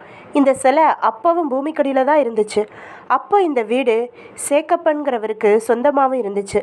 இதே போல் ஏதோ ஒரு மராமத்து வேலை பார்க்குறதுக்காக அவர் பள்ளம் தோண்டினப்போ இந்த சிலை கண்ணிலப்பட்டது. சாமி சிலையை யாரோ புதைச்சி வச்சுருக்காங்களே, எதுக்குன்னு தெரியலையேன்னு ஊர் பூரா போயிடுச்சு. அப்பால் இப்போ நிமிர்த்த ஒரு இடத்துல உட்காந்ததும் வச்சாங்க. அன்னைக்கு ஆரம்பித்தது ஊரோட கஷ்டம். அப்புறம் 13 வருஷத்துக்கு அந்த கஷ்டம் நீங்கலை. 13 வருஷம் மழை இல்லை, ஊர்னியில் எதுலேயும் தண்ணி இல்லை. ஜனங்களில் சரி பாதி பேர் பசி பட்னின்னு பஞ்சத்தாலேயே செத்து போனாங்க. சேக்கப்பன் அவர் குடும்பம் கூட கால்ரா சீதப்பேதி வந்து செத்தாங்க.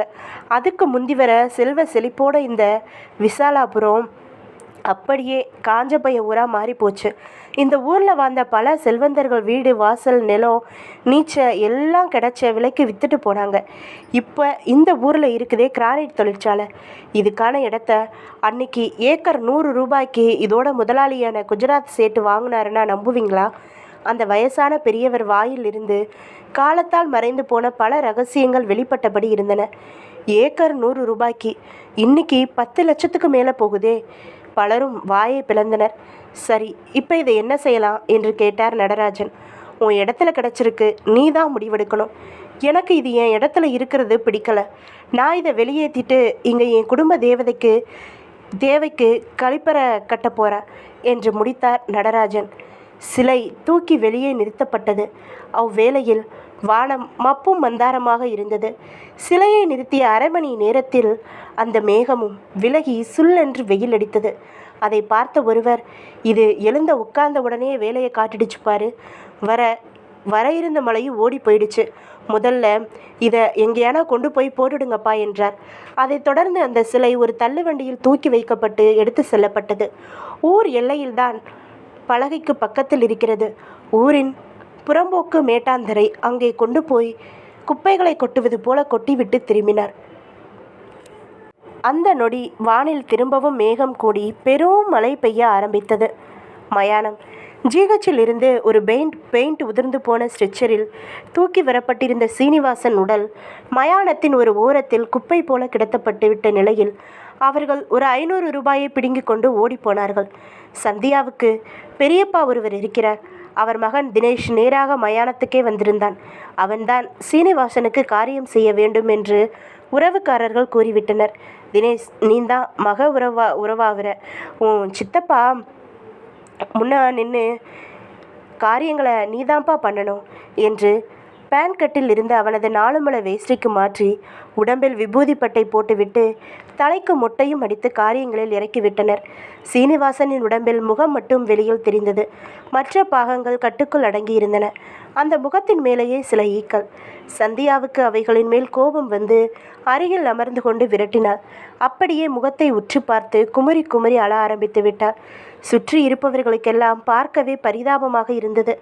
பிறந்தவர்கள் ஒரு நாள் இறந்துதான் ஆக வேண்டும் என்பது எல்லோருக்கும் தெரிந்தாலும் எப்பாடுபட்டாவது வாழவே விரும்புகிறோம். அந்த வாழ்க்கை முடிந்து போகும்போது அது இயற்கை என்று எண்ணாமல் ஏதோ இழக்கக்கூடாததை இழப்பது போல் அழுது புலம்புகிறோம். மயானத்தில் சில ஆடுகள் மேய்ந்தபடி இருந்தன. பிணங்களுக்கு போடப்பட்ட மாலைகளில் உள்ள பூக்களை எல்லாம் தின்று அவை ஒரு பக்கம் தங்கள் உயிரை வளர்க்க போராடியபடி இருந்தன. ஓரிடத்தில் எத்தனை விதமான காட்சிகள்! அந்த தொண்டிமுத்துவும் மயானத்திற்கு வந்திருந்தார். அவரது படகு கார் மயானத்துக்கு வெளியில் நின்றிருந்தது. அவரை பார்த்த லட்சுமணனுக்கும் அழகப்பனுக்கும் ஆச்சரியம் அப்பி எடுத்தது.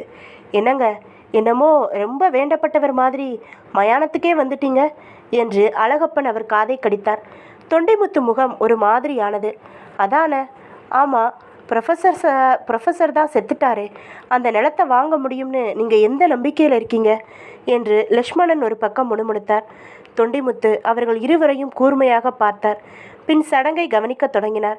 சந்தியா அழுது கொண்டே இருந்தார். மெல்ல அவள் பக்கமாய் போய் நிற்க முயன்றார் லக்ஷ்மணன். அது தொண்டிமுத்துவை என்னவெல்லாமோ செய்தது. லக்ஷ்மணன் மற்றும் அழகப்பனுடன் ஒரு ஓரமாக ஒதுங்கினார். பக்கத்தில் ஒரு சமாதி, அதன் மேல் ஒரு தாடி முளைத்த ஆடு. சமாதியில் 20 வருடங்களுக்கு முன் செத்துவிட்ட பாண்டியம்மாள் என்பவளின் பெயர் பொறிக்கப்பட்டிருந்தது. லக்ஷ்மணன் தொண்டிமுத்துவிடன் உட்கார்ந்து பேசுவோமா என்று கேட்டார். சமாதி மேலேயே அமர்ந்தார் தொண்டிமுத்துவும். சீனிவாசன் சார் இடத்த எனக்கு விற்க சம்மதிச்சிட்டாரு. என்கிட்ட அட்வான்ஸ் வாங்கிட்டு போனப்புறந்தான் ஆக்சிடெண்ட் ஆச்சு என்று ஆரம்பித்தார். அப்புறம்? பதிலுக்கு லக்ஷ்மணன் கேட்ட தோனியே கேலியாக இருந்தது. என்ன அப்புறம்? நான் என்ன கதையாக சொல்கிறேன்? கதையாக இருந்தால் தான் நாங்கள் ரசிப்போமே. அப்போது உங்களுக்கு நம்பிக்கை இல்லையா? அதான் கழுத்தை பிடிச்சு தள்ளாத குறையா அவர் உங்களை வீட்டை விட்டு வெளியேற்றினதை கண்ணால் பார்த்தோமே. அது வாஸ்தவம் தாங்க. ஆனால் அப்புறமா அவர் மனைவி மல்லிகா எடுத்து சொல்லி சார் கன்வின்ஸ் ஆயிட்டாரு. அப்போது இடத்த வாங்க அட்வான்ஸ் கொடுத்துட்டீங்க. ஆமாம், ரிஜிஸ்ட்ரேஷன் போது மிச்ச பணத்தை கொடுத்து செட்டில் பண்ணிடுவேன்ல. அதான் போயிட்டாரே, என்ன பண்ணுவீங்க? ஏன், பொண்டாட்டி இருக்காங்களே, மகள் இருக்காங்கல்ல, அவங்க கோமாவில் கிடக்காங்க. இந்த பொண்ணு இவங்க அப்பாவை போல் 4 மடங்கு. இது இடத்த விற்கும்னு கனவு கூட காணாதீங்க. அதான் நடக்காது. சீனிவாசன் சார் முழு சம்மதம்னு ஸ்டாம்ப் பேப்பரில் எழுதி கையெழுத்து போட்டுட்டாரு. கையெழுத்தா? அதை யார் வேணால் போடலாம். ரேகை இருக்கா? சந்தேகமாக இருக்குதா? அந்த பத்திரம் கூட காரில் தான் இருக்குது. காட்டவா? எங்கே காட்டுங்க பார்ப்போம்.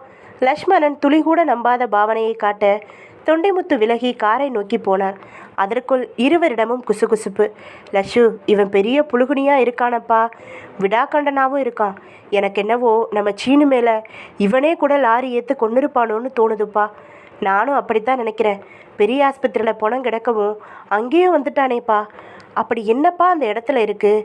நமக்கு தெரிஞ்சு அது ஒரு சுடுகாடு. தோண்டின இடமெல்லாம் எலும்புங்க தான் கிடைக்கும். என் இஷ்டத்துக்கு என் இடத்துக்கு பக்கத்தில் சுடுகாடான்னு நம்ம ஆனா ரூனா சுப்பிரமணியம் செட்டியார் கோர்ட்டில் கேஸ் போட்டார். கடைசியில் அரசாங்கம் இந்த சுடுகாட்டை ஊர் சுடுகாடாக்கிக்கிட்டு அந்த இடத்த பொட்டல்னு அறிவிச்சிடுச்சு. ஆனால் அது நாங்கள் பரம்பரையாக வச்சுருந்த எங்கள் குலதெய்வ கோவில் நிலம்னு நம்ம சீனிவாசன் தாத்தா ராமநாதன் கோர்ட்டுக்கு போய் தங்களோட உரிமையை நிரூபித்தார். அப்பால் அவர் மகன் நடராஜன் அதில் புளிய மரங்களை வச்சு பயிர் பண்ண பார்த்தாரு. இதான அதனோட வரலாறு. வரட்டும் விடு, இந்த ஆள் என்ன பண்ணுறான்னு பார்ப்போம். அழகப்பன் கார் கதவை மூடிவிட்டு திரும்பி வந்தபடி இருக்கும் தொண்டிமுத்துவை பார்த்தபடியே சொன்னார். சீனிவாசனுக்காக மயான காரியங்கள் ஒருபுறம் நடந்தபடி இருந்தன. சீனிவாசனை எரிமேடையில் கிடத்தி எரிமூட்டைகளை அடுக்கத் தொடங்கி இருந்தனர். தொண்டிமுத்துவும் நெருங்கி வந்து கைவசம் இருந்த அக்ரிமெண்ட் காஃபியை காண்பித்தார். அதில் நேற்றைய தேதியை குறிப்பிட்டு தெளிவாக அந்த 3 ஏக்கர் இடத்தை 1 ஏக்கர் 5 லட்சம் எனும் கணக்கிற்கு மொத்தமாக 15 லட்சம் ரூபாய்க்கு பேசி முடிக்கப்பட்டு அட்வான்ஸாக 50,000 ரூபாய் கொடுக்கப்பட்டு சீனிவாசனும் கையெழுத்து போட்டிருந்தார். கீழே விரல் ரேகையும் இருந்தது. இருவருக்குமே பகீர் என்றது. யோ, நீ பெரிய ஜித்தந்தாயா? கோடி ரூபாய் இடத்துக்கு 15 லட்சமா? யார்கிட்ட காது குத்துற? அது நான் மனசில் வச்சுருந்த விலை. ஆனால் சீனிவாசன் சாரு 5 லட்சத்துக்கே சம்மதிச்சிட்டாரு. என்ன, அவர் இப்போ உயிரோடு இல்லைங்கிற தைரியத்தில் எங்ககிட்ட கதை விட்டுற பார்க்குறியா? இதோ பாருங்க, உங்ககிட்ட எனக்கு என்ன பேச்சு? இந்த இடத்துக்கும் உங்களுக்கும் என்ன சம்மந்தம்? ஏதோ ஊர்க்காரங்களாச்சே, நான் விலாசம் கேட்டு வந்தப்போ வழி காட்டுனீங்களேன்னு உங்ககிட்ட இதையெல்லாம் காமிச்சேன். ரொம்பவும் எகிர்றீங்களே. தொண்டிமுத்துவும் திமிர ஆரம்பித்தார். பார்க்குறோம். அந்த பொண்ணு சந்தியா கிட்ட நடந்த அவ்வளவையும் சொல்கிறேன். ப்ரொஃபஸர் சார்கிட்ட கடைசியாக நான் கூட அந்த இடத்த கொடுத்து தொலைஞ்சா என்னன்னு சொன்னப்போ நாய் மாதிரி என்னை கடிச்சு பார்த்தாரு. எல்லாத்தையும் சொல்கிறேன். லக்ஷ்மணன் விரலை ஆட்டிய விதமே நீயா நானா என்று பார்த்து விடுவோம் என்கிற மாதிரி தான் இருந்தது. அடுத்த நொடியே தொண்டிமுத்து சிரிக்க தொடங்கிவிட்டார். என்னையா சிரிக்கிற? எங்களை பார்த்தா கேன பயலா தெரியுதா? சேச்சே, அப்படியெல்லாம் எதுவும் இல்லை. உங்கள் தைரியம் எனக்கு ரொம்ப பிடிச்சிருக்கு. எனக்கு தைரியம்தான் பெரிய சொத்து. இப்போ நீ விஷயத்துக்கு வா. இந்த பத்திரம் கையெழுத்தெல்லாம் செட்டப்பு தானே? ஆமாம், எனக்கு அந்த இடம் வேணும். நான் சொன்ன மாதிரி 1 கோடியை இப்போவும் தர தயாராக இருக்கேன். ஆனால் இந்த பத்திரப்படி அக்ரிமெண்ட் படி 15 லட்சத்தை அந்த பொண்ணு கையில் கொடுத்து ரெஜிஸ்ட்ரேஷன் ஆகட்டும். மீதி 85 லட்சத்தை உங்களுக்கு பிரித்து கொடுத்துட்றேன். ஆனால் என் கூட கடைசி வரை இருந்து அந்த பொண்ணுக்கிட்டையும் பேசி ரெஜிஸ்ட்ரேஷன் நடக்கும்படி செய்யணும். சம்மதமா? தொண்டைமுத்து அவ்வளவு வேகமாக ஒரேடியாக பணத்தால் அடிப்பார் என்று அவர்கள் இருவரும் துளி கூட எதிர்பார்க்கவில்லை. விக்கித்து போய்விட்டனர். இடத்துக்கு 15 லட்சம், ஆனால் எங்களுக்கு 85 லட்சமா? யோ, என்ன எங்கள் காதில் பெரிய தாமரைப்பூவாகவே வைக்கிறதுன்னு முடிவு பண்ணிட்டியா? சத்தியமாக இல்லை. வேணும்னா அந்த பொண்ணுக்கு ஏக்கருக்கு 10 லட்சம்னு 30 லட்சத்தை கொடுத்துட்டு உங்களுக்கு 70 லட்சம் தரவா? என்ன நீ எக்ஸ்பிரஸ் வேகத்தில் ஏலம் போடுற? நாங்கள் தெரியாமல் தான் கேட்குறோம். அப்படி என்னையா இருக்குது அந்த இடத்துல? அது எதுக்கு உங்களுக்கு? கூடிய சீக்கிரம் இந்த ஊரே மாறப்போகுது. பெரிய பெரிய ஐடி கம்பெனிங்க இந்த ஊருக்கு வரப்போகுது. அதில் பல வெளிநாட்டு கம்பெனிகளும் அடக்கும். இந்த ஊரில் இருந்து ஆகாயத்தில் சுற்றிக்கிட்டு இருக்கிற இன்ஷாட்டுங்கிற விண்கப்பலை பிடிக்கிறது ரொம்ப ஈஸியாக. இதுக்கு பின்னால் இப்படி நிறைய விஷயம் இருக்குது. ஓ, அப்படி போகுதா கதை? இப்பெல்லாம் புரியுது. லக்ஷ்மணன் அழகப்பனை அகன்ற கண்களுடன் பார்த்து கையை சொடக்கவும், லக்ஷ்மணா, அப்போ என் பேரில் இருக்கிற 30 சென்ட் இடத்துக்கும் கூட நல்ல மதிப்பு வரும்னு சொல்லு என்ற உற்சாகமானார். ஓ, உங்ககிட்ட 30 சென்ட் இருக்கா? பலே, இன்னும் 30 ஏக்கரா கூட நான் வாங்கிக்கிறேன். நல்ல விலையும் தரேன்.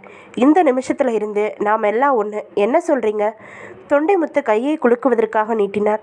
லக்ஷ்மணனும் அழகப்பனும் மாறி மாறி பார்த்து கொண்டு தொண்டைமுத்து பக்கம் திரும்பி கை குலுக்காமல் வெறித்தனர். என்ன சந்தேகமாக இருக்கா? பின்ன நீ என்ன காந்திக்கு பேரனா இல்லை ஹரிச்சந்திரன் வீட்டுக்கு கொல்லையில் பிறந்தவனா? யோ, இவங்களை விட களவாணி தான்யா சொல்லல சுத்தமானவங்க. நாம் ஒத்துமையாக இருந்தால் ஊரே நம்ம கையில். இல்லாட்டி எனக்கு ஒன்றும் இல்லை. உங்களுக்கு தர நிற்கிற பணத்தை நான் நம்ம அருணாச்சல சாமிக்கு நன்கொடையாக கொடுத்தாலே போதும். அவரே என் வேலையை முடிச்சு கொடுத்துருவாரு. தொண்டிமுத்து சாமியாரை தொடவும் இருவருக்கும் ஷாக் அடித்தது. இருவரும் தனியே போய் குசுகுசுவென்று பேசிவிட்டு திரும்பி வந்து சரி என்று கட்டை விரலை காட்டி சிரித்தனர். அதே சமயம் சீனிவாசன் உடல் மேல் தினேஷ் தீப்பமத்தால் தீ மூட்டியபடி இருந்தான். சந்தியா ஓவென்று பெருங்குரல் எடுத்து வெடித்து அழுததும் அந்த சுடுகாடு முழுக்க கேட்டது. பகுதி 7. அன்று பெய்ய ஆரம்பித்த மழை அதன் பின் 4 நாட்களுக்கு நிற்கவில்லை. ஊரெல்லாம் மழைநீர் தேங்கி, குறிப்பாக எங்கே அந்த ஜோஸ்ராதேவி சிலையை தூக்கி போட்டிருந்தார்களோ அந்த இடத்தில் மழை நீரால் ஜோஸ்ராதேவி சிலை மூழ்கும் வரை மழை பெய்து, அது மூழ்கிய பிறகே மழையும் நின்றது. அதை ஊரே திரண்டு போய் பார்த்து ஆச்சரியப்பட்டது. அந்த சாமி சிலையை நாம் தூக்கி போடவும் கோபம் வந்து மழை கொட்டுனுச்சு. அது தண்ணியில் மூழ்கவும் மழை நின்று போச்சு. இதில் இருந்து ஒரு உண்மை நல்லா தெரியுது. இந்த சாமி சிலை வெளியில் இருந்தால் மழை பெய்யும், உள்ளே இருந்தால் தான் மழை நிற்குது என்று. ஊருக்குள் இப்படி பல மாதிரி பேசிக்கொண்டார்கள். எல்லாமே நடராஜன் விசாலாட்சி காதுகளுக்கும் போனது. அவர்களால் தான் பிரச்சனையே என்றும் பேச்சு திசை மாறத் தொடங்கிவிட்டது. ஆனால் நடராஜன் விசாலாட்சியும் குன்னக்குடி சென்று சந்தித்த சாமியார் வேறு விதமாக கூறினார். மனுஷ கூட்டம் குறைவாகவும் ஜாதிகளோட எண்ணிக்கை குறைவாகவும் இருந்த காலத்தில் ஜோஸ்ராதேவி வழிபாடு தான் முதல்ல இருந்தது. ஜோஸ்ராதேவி யாரோ இல்லை, ஒரு வகையில் லக்ஷ்மியோட சகோதரி, மூத்தவள்னு அர்த்தம் எடுத்துக்கலாம். இவளை முறையாக வழிபடணும். எந்த வீடு சுத்தமாகவும் பக்தியாகவும் சத்திய தர்மத்தோடவும் இருக்கோ அந்த வீட்டுக்குள்ளே இவன் நுழைய மாட்டான். அதுக்கு மாறா தலையை விரித்து போட்டுக்கிட்டு குப்பையும் கூலமுமா ஒரு வீடு இருந்தாலோ, இல்லை அந்த வீட்டு பொன் தீட்டை தீர்த்துக்காமல் இருந்தாலோ அவள் இங்கே முதல்ல நுழைவா. இவன் நுழைஞ்சா அவ்வளவுதான் அந்த வீடு. ஒரு நல்ல விஷயத்தை அன்பாக சொல்லி நடைமுறைப்படுத்துறது ஒரு விதம், அதே நல்ல விஷயத்தை கண்டிப்போட சொல்லி நடைமுறைப்படுத்துறது இன்னொரு விதம். ஜோஸ்ராதேவி கண்டிப்பானவ. இவ இருக்கிற ஊரில் எல்லாரும் சுத்தபத்தமாக இருக்கணும், உண்மையாக நடக்கணும். அப்படி நடக்காமல் போது தான் இப்படி ஆகும். பிரச்சனை உங்ககிட்ட இல்லை, ஊரில் தான். ஊரை திருத்த முடியாதுன்னு நீங்கள் நினச்சா இந்த சிலையை யாருக்கும் தெரியாமல் முன்னாடி இருந்த மாதிரியே புதைச்சி வச்சிடுங்க என்றார். நடராஜனுக்கும் அதுதான் சரி என்று தோன்றியது. ஆஸ்பத்திரி. கணவர் இறந்ததே தெரியாதபடி கோமாவில் கிடந்தாள் மல்லிகா. உயிர் இருக்க இறந்து போவது என்பது இதுதான். அம்மாவை பார்க்க வந்திருந்த சந்தியாவுக்கு கண்கள் இரண்டும் வெளிரி போய் விட்டிருந்தது. தனியே இருந்த டாக்டரை போய் சந்தித்தாள். டாக்டர், வாமா உட்காரு. அம்மா பற்றி தெளிவாகவே சொல்கிறேம்மா. அம்மா உடம்புல எந்த பிரச்சனையும் இல்லை. ஆனால் தலையில் அடிபட்டதில் மூளை பாதிக்கப்பட்டிருக்கு. அதான் கோமாவுக்கு போயிட்டாங்க. இதை குணப்படுத்த முடியும் தானே? இதுக்கு ஒரு டாக்டராக பதில் சொல்கிறத விட மனுஷனாக பதில் சொல்கிறது தாம்மா சரி. அந்த வகையில் பார்த்தாக்கா 50% தான் சான்ஸ். ட்ரீட்மெண்ட் ஒர்க் அவுட் ஆகி இந்த 50, 60, 70ன்னு உயர்ந்தால் நிச்சயமாக உங்கள் அம்மா கோமாவிலிருந்து திரும்பிடுவாங்க. ட்ரீட்மெண்ட் ஒர்க் அவுட் ஆகலைன்னா அப்படியே தலைகீழாக போகவும் வாய்ப்பு இருக்குது. உங்கள் வீட்டில் யாருக்காவது இப்படி ஆயிருந்தா என்ன டாக்டர் பண்ணுவீங்க? நான் போராடுவேம்மா. ஏன் சொல்கிறேன்னா, இவங்க சாகணும்னு விதி இருந்தால் தான் உங்கள் அப்பா மாதிரி அப்போவே செத்து போயிருக்கலாமே. எப்போ இவங்க உயிர் போகலையோ அப்போவே இவங்க வாழணுங்கிறது தானே இறைவனோட விருப்பமாக இருக்க முடியும். டாக்டரின் அந்த யதார்த்தமான பதில் சந்தியாவுக்கும் பிடித்து விட்டது, மனதுக்கும் தெம்பாக இருந்தது. அப்போது அம்மாவுக்கு ட்ரீட்மெண்ட் கொடுங்க டாக்டர். உங்கள் நம்பிக்கை, என் பிரார்த்தனை எல்லாம் கை கொடுக்கட்டும். நிச்சயம் கை கொடுக்குமா? நம்பிக்கை வை. ஆனால் இழுத்தார். என்ன டாக்டர், கொஞ்சம் செலவாகுமா? கொஞ்சம்னா எவ்வளவு? நிரந்தரமாக இவங்களுக்கு ஒரு நர்ஸ் போடணும். இவங்க ரொட்டீன் பாடி ஆக்டிவிட்டீஸ் வாட்ச் பண்ணணும். அது போக மூளைக்கு ஸ்பெஷல் நியூரோ சர்ஜன் ஒருத்தர் வந்து தான் ட்ரீட்மெண்ட் தருவார். சமயத்தில் மருந்தை ஃபாரினில் இருந்து தெரிவிக்க வேண்டி வரலாம். அப்போது ஆயிரக்கணக்கில் இல்லை, லட்சக்கணக்கில் தான் செலவாகும்னு சொல்லுங்கள். ஆமாம்மா. லட்சங்கள்னா எத்தனை லட்சம் டாக்டர்? துல்லியமாக சொல்ல முடியல. 6 மாதத்தில் உங்கள் அம்மா குணமாயிட்டா ஒரு 4-5 லட்சம். அதுவே வருஷ கணக்கில் போனால் 10-15 லட்சம் வரை ஆகும். டாக்டர் மென்று கூறிவிட்டார். ஆனால் சந்தியாவுக்கு தலைக்கு மேல் ஒரு மலை வந்து ஏறிக்கொள்ளட்டுமா என்று கேட்பது போல் இருந்தது. நெடுநேரம் மௌனம் சாதித்தார். நீ யோசிச்சு நாளைக்கு கூட சொல்லுமா என்றார் டாக்டர். சப்போஸ் அவ்வளவு செலவு பண்ண முடியாதுன்னா டாக்டர்? முடியாதுன்னா என்ன பண்ண முடியும்? இப்போ கொடுக்குற ட்ரீட்மெண்ட்டை நிறுத்த வேண்டியது தான். பல்ஸை கொஞ்சம் கொஞ்சமாக அடக்கி அந்த 3 நாளில் உங்கள் அம்மா உயிர் பிரிஞ்சிடும். டாக்டர் நிதானமான குரலில் தான் சொன்னார். ஆனால் சந்தியாவுக்கு அவள் உயிரே கூட சேர்ந்து போய்விடும் போல வலித்தது. நோ டாக்டர் என்றார். கண்ண கதுப்பில் கண்ணீர் உருண்டது. அப்போது செலவுக்கு வழி என்னன்னு பார்க்கறது தாம்மா நல்லது. டாக்டர் அழுத்தமாக கூறவும் மௌனமாக எழுந்திருத்தார். ப்ளீஸ் டாக்டர், அம்மாவுக்கான ட்ரீட்மெண்ட்டை தயவு செஞ்சு கண்டினியூ பண்ணுங்கள். எனக்கு என் அம்மா வேணும். அப்பா போனதையே என்னால் தாங்க முடியலை. அம்மாவும் போயிட்டா நான் உயிர் வாழ்கிறதுல அர்த்தமே இல்லை டாக்டர். உணர்ச்சி வசப்படாதம்மா. வீட்டுக்கு போயும் உறவுக்காரங்க கிட்ட கலந்து பேசுமா. அப்புறம் ஒரு முடிவுக்கு வா. சந்தியாவும் மௌனமாக புறப்பட்டாள். பஸ்ஸை விட்டு இறங்கி ஊருக்குள் நடந்தபோது அவளையே சிலர் வெறித்து வெறித்து பார்த்தனர். தங்கள் வழக்கமான இடத்தில் உட்கார்ந்து கொண்டிருந்த அழகப்பனும் லக்ஷ்மணனும் அவள் அருகில் வந்து, என்ன சந்தியா, ஆஸ்பத்திரிக்கு போயிட்டு வர்றியா என்று ஆரம்பித்தனர். ஆமாம் மாமா, வீட்டுக்கு வந்திருந்தோம், யாரும் இல்லை. உன் பெரியப்பா தினேஷும் உங்கள் பெரியம்மாவும் மட்டும்தான் இருந்தாங்க. மாமா, அத்தை, சித்தி, சித்தப்பாலாம் இருந்தாங்களே. இப்பெல்லாம் யாருமா சாவு வீட்டில் 10 நாளும் தங்கியிருக்காங்க. சுடுகாட்டில் இருந்து வந்த உடனேயே குளிச்சுட்டு அடுத்த பஸ்ஸை பிடிச்சு போயிட்டுறாங்க. ஆமாம், டாக்டர் அம்மா விஷயத்தில் என்னம்மா சொன்னார்? இப்போ எதுவும் சொல்ல முடியாதுன்னுட்டாரு மாமா. ஆனால் அம்மா பூரணமாக குணமாயிடுவாங்கன்னு நான் நம்புகிறேன் மாமா. நம்புமா, நம்பிக்கை தானே வாழ்க்கை. ஆனால் லட்சக்கணக்கில் செலவாகுமேம்மா. ஆமாம் மாமா, ஏற்பாடு செய்யணும். உனக்கு என்னம்மா, அதான் அந்த 3 ஏக்கரா இடம் இருக்குதே, அதை விற்றாதான் ஒரு 10-15 லட்சம் வருமே. அழகப்பன் மெல்ல ஆழம் பார்ப்பது போல ஆரம்பித்தார். சந்தியாவுக்கு கொஞ்சம் சுரீர் என்றது. எதுவும் பேசாமல் நடந்தாள். வீட்டை அடைந்த போது அவர்கள் சொன்னது போல பெரியம்மாவும் தினேஷும் மட்டும் இருந்தனர். பெரியம்மா எங்க, யாரையும் காணோம். எல்லாம் ஊருக்கு போயிட்டாங்கம்மா. உன்கிட்ட ஃபோன் பண்ணி பேசுகிறேன்னாங்க. அப்படி என்ன அவசரம் பெரியம்மா? என்னம்மா அப்படி சொல்லிட்ட? உங்கள் அம்மாவை குணப்படுத்த நீ பணங்கன்னு கேட்டுட்டா? பெரியம்மா சொன்னபோது சுரீர் என்று தைத்தது. அந்த நொடி அப்பாவும் அம்மாவும் எத்தனை பெரிய நிழல், எத்தனை பெரிய பாதுகாப்பு சுவர் என்றுதான் தோன்றியது. சரசரவென்று கண்ணீர் திரண்டு வந்தது. அழாத சந்தியா, மனசை தேத்திக்கோ. அம்மா விஷயத்தில் என்ன முடிவெடுத்திருக்க? என்ன முடிவெடுக்க முடியும் பெரியம்மா? ட்ரீட்மெண்ட் கொடுத்து காப்பாற்றுறது தானே நமக்கு இருக்க ஒரே வழி. ஏதோ கையில் காலில் காயம்னு நீ சொல்கிறது சரி. இது கோமா. கடைசி வரை அவங்க அம்மா கண் திறக்காமலே போயிட்டா. நீங்கள் என்னதான் சொல்ல வர்றீங்க பெரியம்மா? விட்டுடு. அப்பாவோட சேர்த்து அம்மாவும் போகட்டும். இந்த வீடு இருக்குது சொந்தமாக. இது போக 3 ஏக்கரா இடம் உங்கள் அப்பாவுக்குன்னு இருக்குது. நீயும் வேலை பார்க்குற, சம்பாதிக்கிறதால நல்ல இடம் வரும். புருஷன், பிள்ளை, குட்டின்னு வாழற வழியை பாரு. பெரியம்மாவை வெறித்த வெளிகளோடு பார்த்தாள் சந்தியா. ஏம்மா, நான் சொன்னது உனக்கு பிடிக்கலையா? ஆமாம் பெரியம்மா. பல லட்சம் செலவு பண்ணி வீணாக போயிட்டா என்னம்மா பண்ணுவேன்? போகட்டும் பெரியம்மா. பணத்துக்கு எங்கே போவ? அது ஏன் கவலை பெரியம்மா. நீ பேசுகிறத பார்த்தா எல்லாத்தையும் நான் சமாளிச்சுக்கிறேன்னு சொல்கிற மாதிரி இருக்கே. ஆமாம், அப்படிதான். எங்கள் அம்மாவை கொல்ல சொல்கிற யாரும் எனக்கு தேவையில்லை. நான் உன் நல்லதுக்கு தான் சொன்னேன். ஆனால் ஏன் மனசு அப்படி அதை பார்க்கவும் முடியலை. சரிம்மா, அப்புறம் ஓ இஷ்டம். தினேஷ், புறப்படுப்பா. சாயங்காலம் பஸ்ஸை பிடிச்சா காலையில் கோழி கூப்பிட நாம் நம்ம வீட்டுக்கு போயிடலாம். அடுத்த அரை மணி நேரத்தில் அவர்கள் இருவரும் கூட புறப்பட்டு விட்டனர். சந்தியா மட்டும் தன்னந்தனியாக சுவர்களில் அப்பா அம்மாவின் புகைப்படங்கள், அவள் குழந்தையாக இருந்ததிலிருந்து படிப்படியாக அவள் வளர்ந்தது வரை விதவிதமாய் புகைப்படங்கள் பார்க்க பார்க்க மனதை உருக்கிற்று. உலகில் யாருக்கும் இப்படி ஒரு நிலை வரக்கூடாது. குமுறினாள். அப்பொழுது வாசல் புறம் ஒரு உருவம் ஏறிட்டது. தொண்டிமுத்து முகத்தில் ஒருவித சிரிப்புடன், வரலாமா, வாங்க. உள்ளே வந்தார். வரும்பொழுதே கையில் மாலை, அதை சீனிவாசன் புகைப்படத்துக்கு அணிவித்தார். பின் இடுப்பு மடிப்பிலிருந்து 500 ரூபாய் கட்டுகள் 3 வெளியில் எடுத்தார். மொத்தமாக 1.5 லட்சம். என்ன இது? பணம்மா? போய் முதல்ல அம்மாவுக்கு ஆஸ்பத்திரியில் கட்டு. நீங்கள் யார் எனக்கு பணம் தர? என்னம்மா இப்படி கேட்டுட்ட? இது உன் பணம். இந்தாம்மா. நான் தான் ஆஸ்பத்திரியிலேயே சொன்னேனே, உங்கள் அப்பா என்கிட்ட 2 நாள் முந்தைய அக்ரிமெண்ட் போட்டாருன்னு. என்னால் அதை நம்ப முடியல.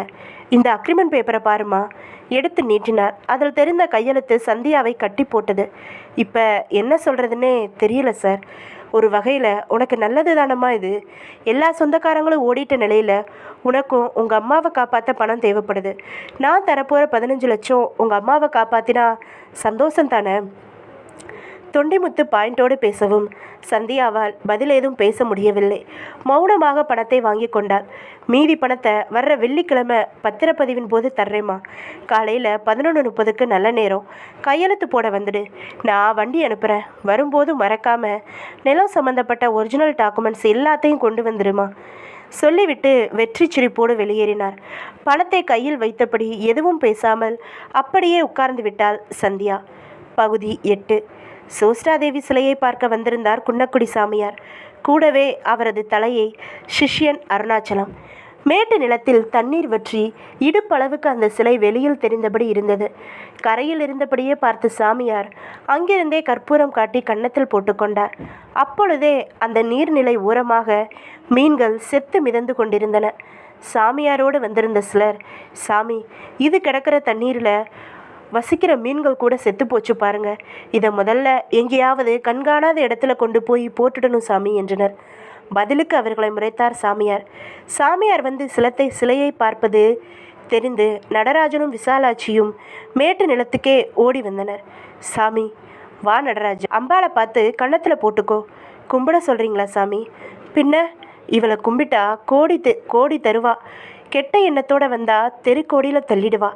நீங்கள் சொன்ன மாதிரி இது ஊர் பிரச்சனை. ஊரை திருத்த நான் யார் சாமி? அப்போது ஊர் நிலத்தில் கொண்டு போய் வச்சு கோவில் கட்டு. கோவில் கட்டுறதா? பயமாக இருக்கு சாமி. பாருங்க, மீனுங்க என்ன பாவம் பண்ணுச்சு? பைத்தியம் மாதிரி பேசாத. மீனோட சாவுக்கு காரணம் வேற. அது என்ன சாமி? காதை கொண்டா சொல்கிறேன். நடராஜன் காதை கொடுக்கவும் அவரும் ஏதோ சொன்னார். நடராஜன் முகத்தில் பலத்த வியப்பு. அதன் பின் எதுவும் பேசவில்லை. சாமி, நான் பஞ்சாயத்தில் தீர்ப்பான எங்கள் இடத்துல கொண்டு போய் வச்சு கோவில் கட்டுறேன். இந்த சாமியை நிச்சயம் நான் நல்லபடியாக கொண்டாடுவேன் என்று அவரிடம் பலமான மாற்றம். உடனிருந்த சிஷ்யன் அருணாச்சல முகத்திலும் லேசான அதிர்ச்சி. சாமியார் விலகவும் நடராஜனிடம் போய், சாமி உங்கள் காதலை என்ன சொன்னார் என்று கேட்டார். பதிலுக்கு நடராஜன், அது தெய்வ ரகசியம், வெளியே சொன்னால் சாமி குத்தமாகிடும் என்றார். அருணாச்சலம் முகத்தில் திகைப்பு. இரவு நேரம், மழை வரும் போல இருந்தது. மெல்ல எழுந்திருத்த சந்தியா திறந்து கிடந்த ஜன்னல்களை எல்லாம் சாற்றிவிட்டு வந்தாள். வாசற்கதவையும் தாளிட்டு விட்டு வந்து படுக்கையில் விழுந்தாள். காலையில் இருந்தே எதையும் சாப்பிடவில்லை, சாப்பிடவும் தோன்றவில்லை. மனசு வெறுமையிலும் ஒளி இழந்தும் இருக்கும்போது சாப்பாட்டில் எப்படி புத்தி போகும்? படுக்கையில் விழுந்தவள் எதிரில் சுவரில் தொங்கியபடி இருந்த அப்பாவின் புகைப்படம் இடவளமாக ஆடியபடி இருந்தது. பலத்த காற்றுக்கு படம் ஆடுவது சகஜம்தான் என்று முதலில் அது சந்தியாவுக்கு பெரிதாக படவில்லை. ஆனால் கதவுகளை அடைத்துவிட்டு வந்த பிறகும் படம் ஆடவும் அதன் சத்தம் கேட்கவும் சந்தியாவுக்கு ஆச்சரியமாக இருந்தது. எழுந்து சென்று படத்தை கையால் தொட்டு நிறுத்தினார். நிசப்தம். திரும்பி வந்து அமர்ந்தாள். திரும்பவும் படம் ஆட ஆரம்பித்தது. அப்பா! மனதுக்குள் பயத்தோடு கலந்த ஒரு பெரும் குரல் அவளுக்குள் ஒலிக்கத் தொடங்கியது. அந்த அறைக்குள் அவளை தவிர இன்னொருவர் வந்துவிட்டது போலவும் பிரமை தட்டியது. அதற்கு ஏற்ப சீனிவாசன் எப்பொழுதும் அவரும் நாற்காலியும் ஆட ஆரம்பித்தது. சந்தியாவுக்கு புரிந்துவிட்டது. அப்பா என்றால் சற்று திடமான குரலில். நாற்காலி ஒரு வினாடி நின்று ஆமோதித்தது. ஐயோ அப்பா, நீங்கள் தான் வந்திருக்கீங்களா? என்னப்பா இப்படி பண்ணிட்டீங்க? எங்களை இப்படியா தவிக்க விட்டுட்டு போவீங்க என்று அந்த நாற்காலியில் அவர் இருப்பதாகவே பாவித்து அழுதபடியே பேசினார். சந்தியா அடுத்த நொடி, அம்மாடி என்றொரு காற்றுக்குரல். அப்பா, நடந்தது விபத்து இல்லை. ஐயோ அப்பா, திட்டமிட்ட கொலை. ஐயோ நிஜமாவா? அந்த தொண்டிமுத்து ஒரு கொலைகாரன். இப்போ வந்து பணம் கொடுத்துட்டு போனானே, அந்த நபராப்பா? அவனே தான். அவகிட்ட எச்சரிக்கையாயிரு. காதில் விழுத்த காற்றுக்குரல் சந்தியாவை அப்படியே புரட்டி போட்டது. அதன் பின் பெரும் நிசப்தம். சந்தியாவுக்கு அதுவரை தன் காதல் மட்டும் ஒலித்த குரல் உண்மையில் அப்பாவுடையதுதானா இல்லை பிரம்மையா என்று ஒரு கேள்வி எழும்பி நின்றது. எழுந்து ஹாலின் விளக்கை போட்டாள். குளித்தது போல வியர்த்திருந்தாள். மெல்ல திரும்பி சுவரில் மாலையோடு தொங்கியபடி இருந்த சீனிவாசனின் படத்தை பார்த்தாள். அதில் இப்பொழுது எந்த ஊசலாட்டமும் இல்லை. ஒருவேளை பிரம்மைதானோ? அழுத்தமாய் மனதில் கேள்வி மூண்டது. ஒரு சாவு விழுந்த வீட்டில் முதல் 10 நாட்களில் இதுபோல சில சம்பவங்கள் நிகழக்கூடும் என்பதால் தான் உறவினர்கள் புடைசூழ இருப்பதும் மேலதாளம் முழங்கிட ஆட்டப்பாட்டங்களை வைப்பதற்கும் ஆத்மாக்கள் அங்கே அலையக்கூடாது என்பதுதான் காரணம் என்றும் சீனிவாசன் எப்பொழுதோ சொன்னது ஞாபகத்தில் வந்தது. தெருவில் ஒரு கிழவி போய் சேர்ந்து விட்டாள். ஒரு புறம் ஒப்பாரி என்றால் மறுபுறம் கொட்டு சத்தம். காது பிய்ந்து போனது. பொறுக்க முடியாமல் சீனிவாசனிடம் இதெல்லாம் என்னப்பா காட்டு மிராண்டித்தனம் என்று அவரிடம் கேட்டதற்கு அப்பொழுது அவர் சொன்ன பதில்தான் அது. அதில் சாவு வீட்டை இறந்தவர் ஆத்மா சுத்தி சுத்தி வரும் என்று சொன்னது மட்டும் பகுத்தறிவு சிந்தனையை மீறிக்கொண்டு சந்தியா மனதில் தங்கிவிட்டது. அது இப்பொழுது அவள் மனதில் முண்டிக்கொண்டு நின்றது. அந்த அடிப்படையில் பார்த்தால் தன் காதில் ஒலித்த குரல் அப்பாவின் குரலாகத்தான் இருக்க வேண்டும் என்றும் மனது நம்ப பார்த்தது. அப்பொழுதுதான் தான் மட்டும் தனியாக இருப்பதும் தன் எண்ணத்தை பகிர்ந்து கொள்ளக்கூட ஒருவர் இல்லாத சோகமும் நெஞ்சை அழுத்தியது. பெரியம்மா தினேஷிடம் தான் அவ்வளவு கடுமையாக பேசியிருக்க தேவையில்லையோ என்று தோன்றிய போது வாசல் கதவு தட்டப்படும் சத்தம். யாரோ வந்திருக்கிறார்கள். யாராக இருக்கும்? கேள்வியோடு போய் கதவை திறந்தாள். வெளியே தோளில் தொங்கும் தோல்பை சகிதம் ஒரு இளைஞன். வாசல் விளக்கை போடவும் தான் அவன் முகம் தெரிந்தது. சந்தியாவின் அத்தை மகன் கண்ணன். கண்ணா, நீயா? நானேதான். என்ன சந்தியா, நீ மட்டும்தான் இருக்கியா? யாரையும் காணோம். உள்ளே வா, உள்ளே போய் பேசுவோம்.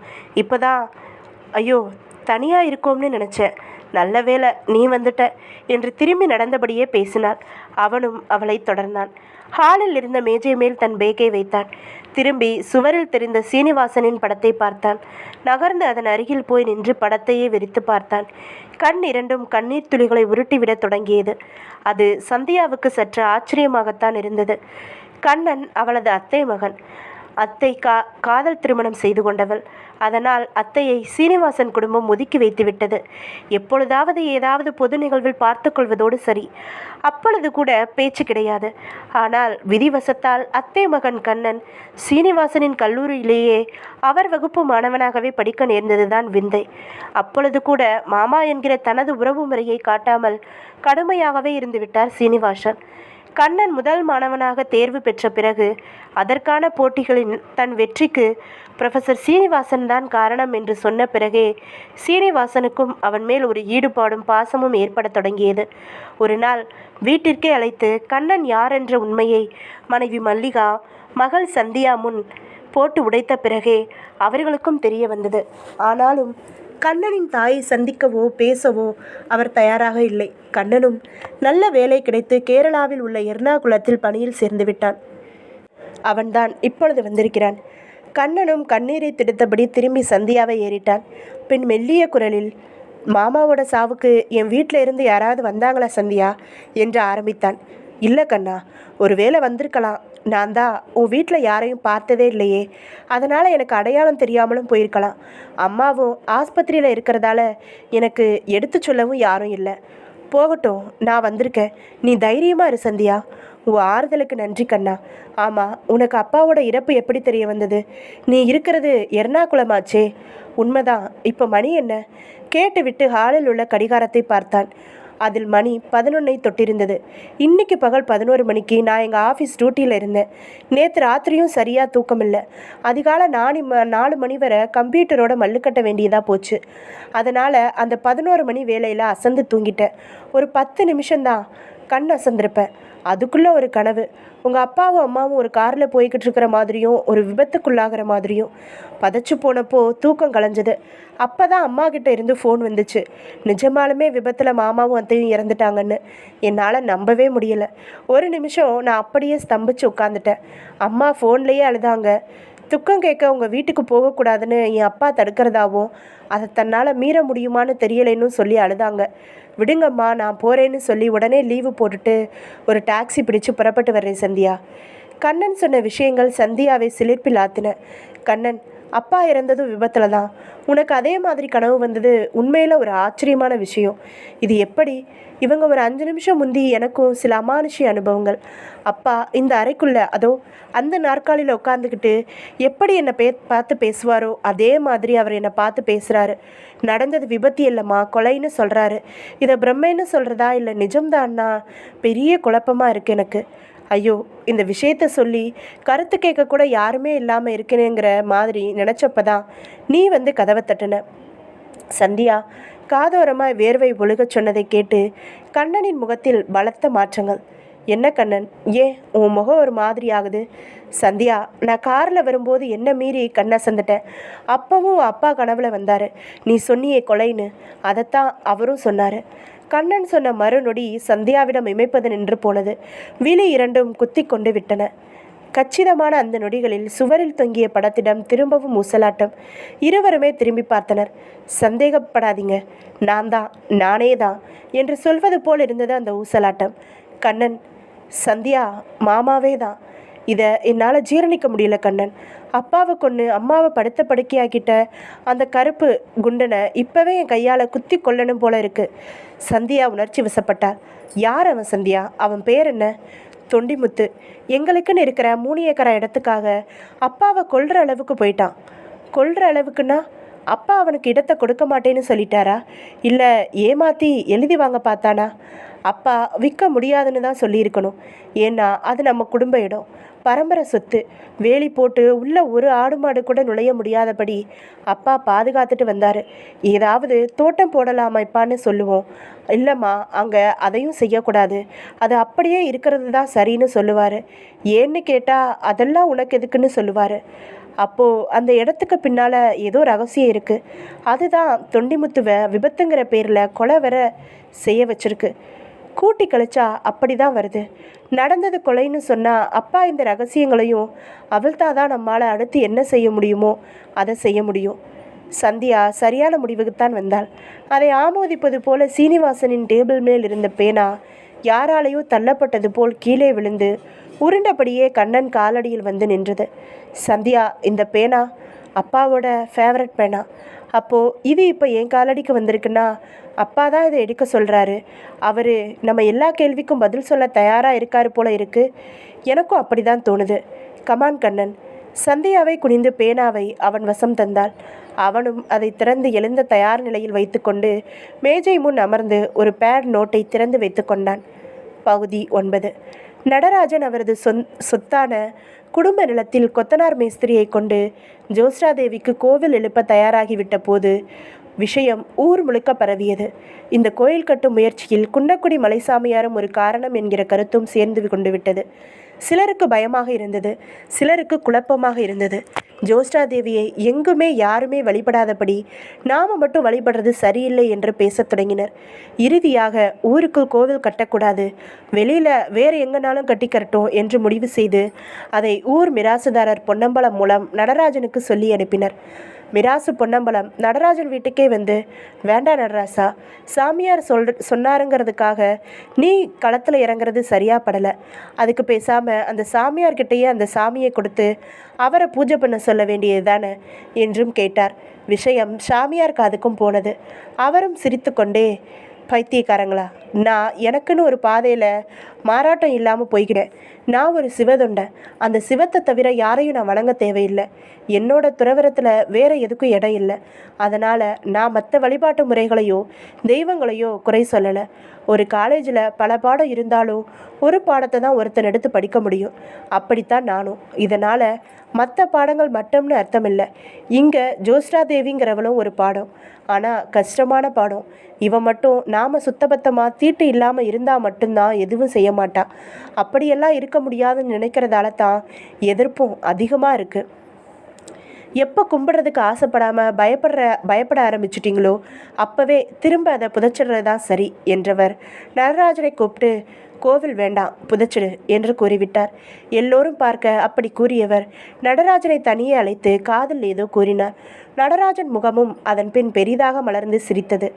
இந்த முறையும் சாமியாரின் சீடனான அருணாச்சலம், சாமி என்ன சொன்னார் என்று நடராஜனிடம் கேட்க, அது தெய்வ ரகசியம், உங்களுக்கு தெரிஞ்சுக்கணும்னா சாமிக்கிட்டேயே கேட்டுக்கங்க என்று கூறிவிட்டார் நடராஜன்.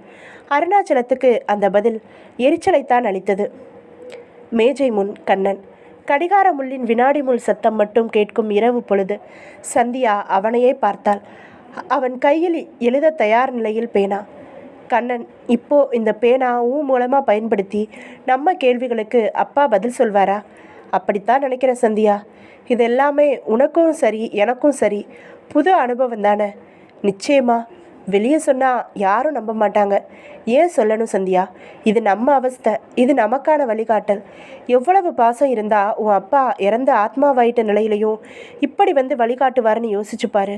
உண்மைதான், அப்பாவோட அன்புக்கு ஈடு இணைய இல்லை இந்த உலகத்தில். சொல்லும் போதே பொங்கி வழிந்தது அழுகை. அந்த நொடி கண்ணனிடம் ஒரு மாற்றம்.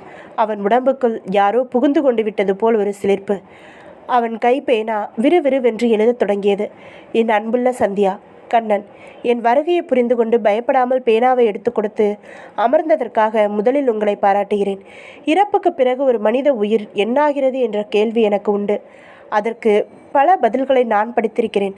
தெள்ளத் தெளிவாக ஒரு பதிலை ஒருவர் கூட சொன்னதில்லை. அப்படியே சொல்லியிருந்தாலும் அதுதான் சரி என்பதை இறந்து பார்த்த பிறகுதானே ஒருவரால் உணர முடியும். என் அருமை செல்வங்களே, அப்பொழுதெல்லாம் நான் மனதுக்குள் ஆழமான ஒரு முடிவுக்கு வந்திருக்கிறேன். நாமாவது அந்த விடையை கண்டுபிடித்து இந்த உலகத்துக்கு சொல்லிவிட வேண்டும் என்று. ஒரு எதிர்பாராத விபத்தால் இன்று நானும் அலைகின்ற ஆத்மாவாக ஆகிவிட்ட நிலையில் எனக்கு அந்த வாய்ப்பு கிடைத்திருக்கிறது. உடம்பில்லாத நிலையில் எண்ணங்களை அலைவரிசை தொகுப்பாக வைத்துக்கொண்டு அதிலிருந்து பேசுவதும் எழுதுவதும் எனக்கே புது அனுபவம். நான் இருக்கிறேனா இல்லையா என்பதிலேயே என் எண்ணங்களில் ஒரு குழப்பம் நிலவுகிறது. மிதப்பது போலவும் இருக்கிறது, பறப்பது போலவும் இருக்கிறது. இப்படி சொல்வதெல்லாம் கூட தவறுதான். என் நிலையை சொல்ல எந்த மொழியிலும் வார்த்தைகள் இல்லை. நான் வார்த்தைப்படுத்துவதெல்லாம் தவறானவையே. இதனால்தான் சித்தர் பெருமக்கள் கண்டவர் விண்டிலர், விண்டவர் கண்டிலர் என்று சொல்லியிருக்கிறார்கள். அதாவது பார்த்தவன் சொல்வதில்லை, சொல்பவன் பார்க்கவில்லை என்பது அதன் பொருள். இப்பொழுது என் ஆத்மாவின் நிலை பற்றிய விளக்கங்கள் பெரிதில்லை. நடந்து முடிந்த விபத்து என்னும் கொலை பற்றியும் அதற்கான காரணங்களையும் முதலில் கூறிவிடுகிறேன். என் குடும்ப சொத்தான 3 ஏக்கர் இடம்தான் எல்லாவற்றிற்கும் ஆரம்பம். அந்த இடம் சாதாரணமான இடமல்ல. அதனுள் நம் குடும்ப சொத்தான ஒரு சாமி சிலை புதைந்துள்ளது. அது சாதாரண சிலை அல்ல, நவபாஷாணங்களால் செய்யப்பட்ட ஜோஸ்ரா தேவி சிலை. அதற்கு ரசாயன குணம் உண்டு. அதை முறைப்படி கற்ப கிரகத்தில் வைத்து பூஜை செய்து வந்தால் எல்லா நல்லதும் நடக்கும். இல்லாவிட்டால் எதிர் விளைவுகள் ஏற்படும். ஜோஸ்ரா தேவி என்பவள் தூர இருந்து காப்பாற்றுபவள். லக்ஷ்மி தேவி உடனிருந்து காப்பாற்றுபவள். அவளை முறையாக வழிபட வேண்டும். அதில் ஒரு சிறு பிழை வந்தாலும் ஆபத்துதான். அப்படிதான் ஜோஸ்ரா தேவி சிலையை என் அப்பாவான நடராஜன் கண்டெடுத்த போதும் நடந்தது. ஊரே வறண்டு போய் சில காலமும் வெள்ளக்காடாய் சில காலமும் இருந்தது. ஜோஸ்ராதேவி சிலை ஒரு ஊரில் எங்கே எப்படி பிரதிஷ்டை செய்ய வேண்டும் என்பது முதல் ஆகம சாஸ்திரத்தில் சொல்லப்பட்டுள்ளது. 8 திசைகளில் கன்னிமூலை எனப்படும் தென்மேற்கு மூலையில் அவள் கோவில் கொள்ளும்போது ஊரே நல்ல மழை வளத்தால் ஜொலிக்கும். அதுவே ஈசான்யத்தில் அமைந்தால் ஊரே வறண்டு போகும். அன்றும் இதனால் பிரச்சனை வந்தது. இந்த ஜோஸ்ராதேவி சிலை எப்படி இந்த விசாலபுரத்துக்குள் நம் வீட்டுக்குள் வந்தது என்பது தெரியாது. அதை தெரிந்து கொள்ள ஆசைப்பட்டால் பல தலைமுறைகளை கடந்து போக வேண்டியிருக்கலாம். என் அப்பாவும் அந்த ஆராய்ச்சியில் இறங்காமல் சிலையை வைத்து கும்பிடத்தான் விரும்பினார். ஆனால் பயந்து போன ஊரின் எதிர்ப்பால் அதை அந்த 3 ஏக்கர் நிலத்தில் கன்னி மூலையில் புதைத்து விட்டார். அந்த நிலத்துக்கே தெய்வம் இருப்பதால் அங்கே யாரும் போய் எச்சில் உமிழவோ சிறுநீர் கழிக்கவோ கூடாது. அது ஜோஸ்ரா தேவிக்கு பெரும் கோபத்தை ஏற்படுத்தும் என்பதால் தான் அங்கே எந்த தோட்டமும் போடவில்லை.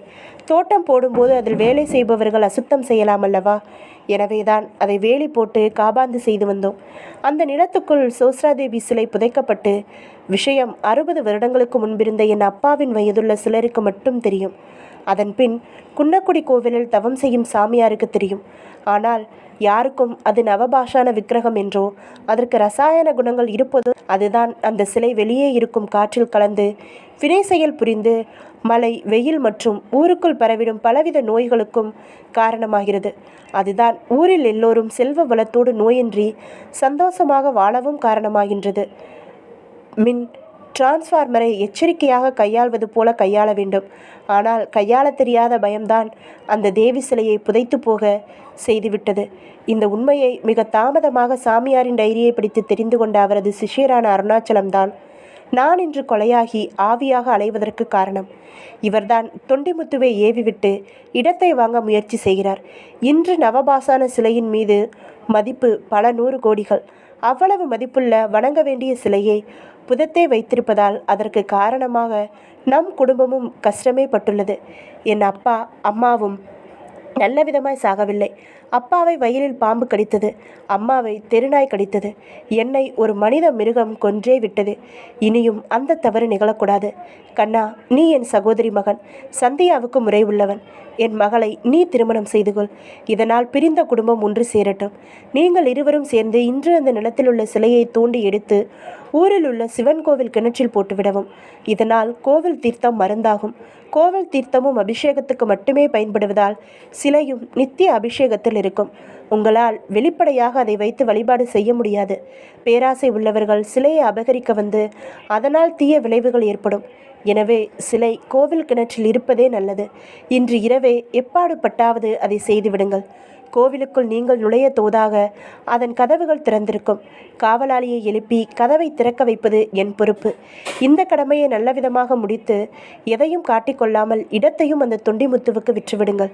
அவனையும் அவனுக்கு துணை போன சாமியார் அழகப்பன், லக்ஷ்மணன் என்னும் 4 பேரையும் நான் பார்த்து கொள்கிறேன்.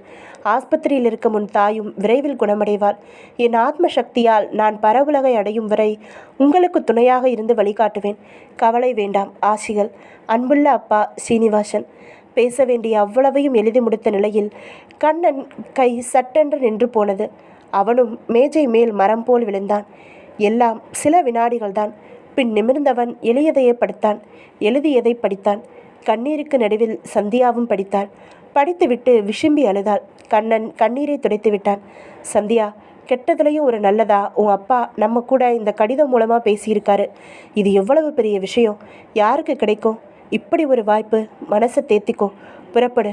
உன் அப்பா சொன்னபடி அந்த சிலையை தூக்கி முதல்ல கிணத்துல போடுவோம். இந்த கொலைக்கு காரணமான அந்த தொண்டிமுத்துக்கிட்டேயே இடத்த விற்று பணத்தையும் வாங்குவோம். அது அந்த ஆள் கட்ட போகிற அபராதம். மற்றபடி உன் அப்பா அந்த நபரை எப்படி தண்டிக்கணுமோ அப்படி தண்டிப்பார் என்றான் கண்ணன். சந்தியாவும் மனதை தேற்றிக்கொண்டு தயாரானாள். பகுதி 10. ஒரு பௌர்ணமி இரவில் தன் நிலத்திலேயே குழியை தோண்டி சிலையை புதைத்த நடராஜன் அப்பொழுதே புதைத்த நிலத்தை சுற்றி முள்வேலியை போட்டுவிட்டார். ஒரு வழியாக பிரச்சனை அடங்கி போனது. சிலர் சில காலம் பேசினார்கள். அப்புறம் அந்த பேச்சுக்கே இடமில்லை. துஷ்ட சக்தியாக கருதியதால் அந்த இடத்திற்கு ஆடு மாடுகளை கூட மேய்ச்சலுக்காக யாரும் விடாதபடி பார்த்து கொண்டனர். ஆனாலும் நடராஜனுக்கு தான் ஒரு கோழை போல நடந்து கொண்டு விட்டதால் தோன்றியது. விஷாலாட்சியும் கும்பிட வேண்டிய சாமியை இப்படி பொன மாதிரி புதைச்சிட்டோமே என்று குமைந்தார். நடராஜன் தன் உளைச்சலை எல்லாம் ஒரு டைரியில் எழுதி வைக்க தவறவில்லை. ஒரு நாள் வயல்வரப்பில் நடந்து வருகையில் பாம்பு கடித்து அங்கேயே நுரை தள்ளி உயிரை விட்டார்.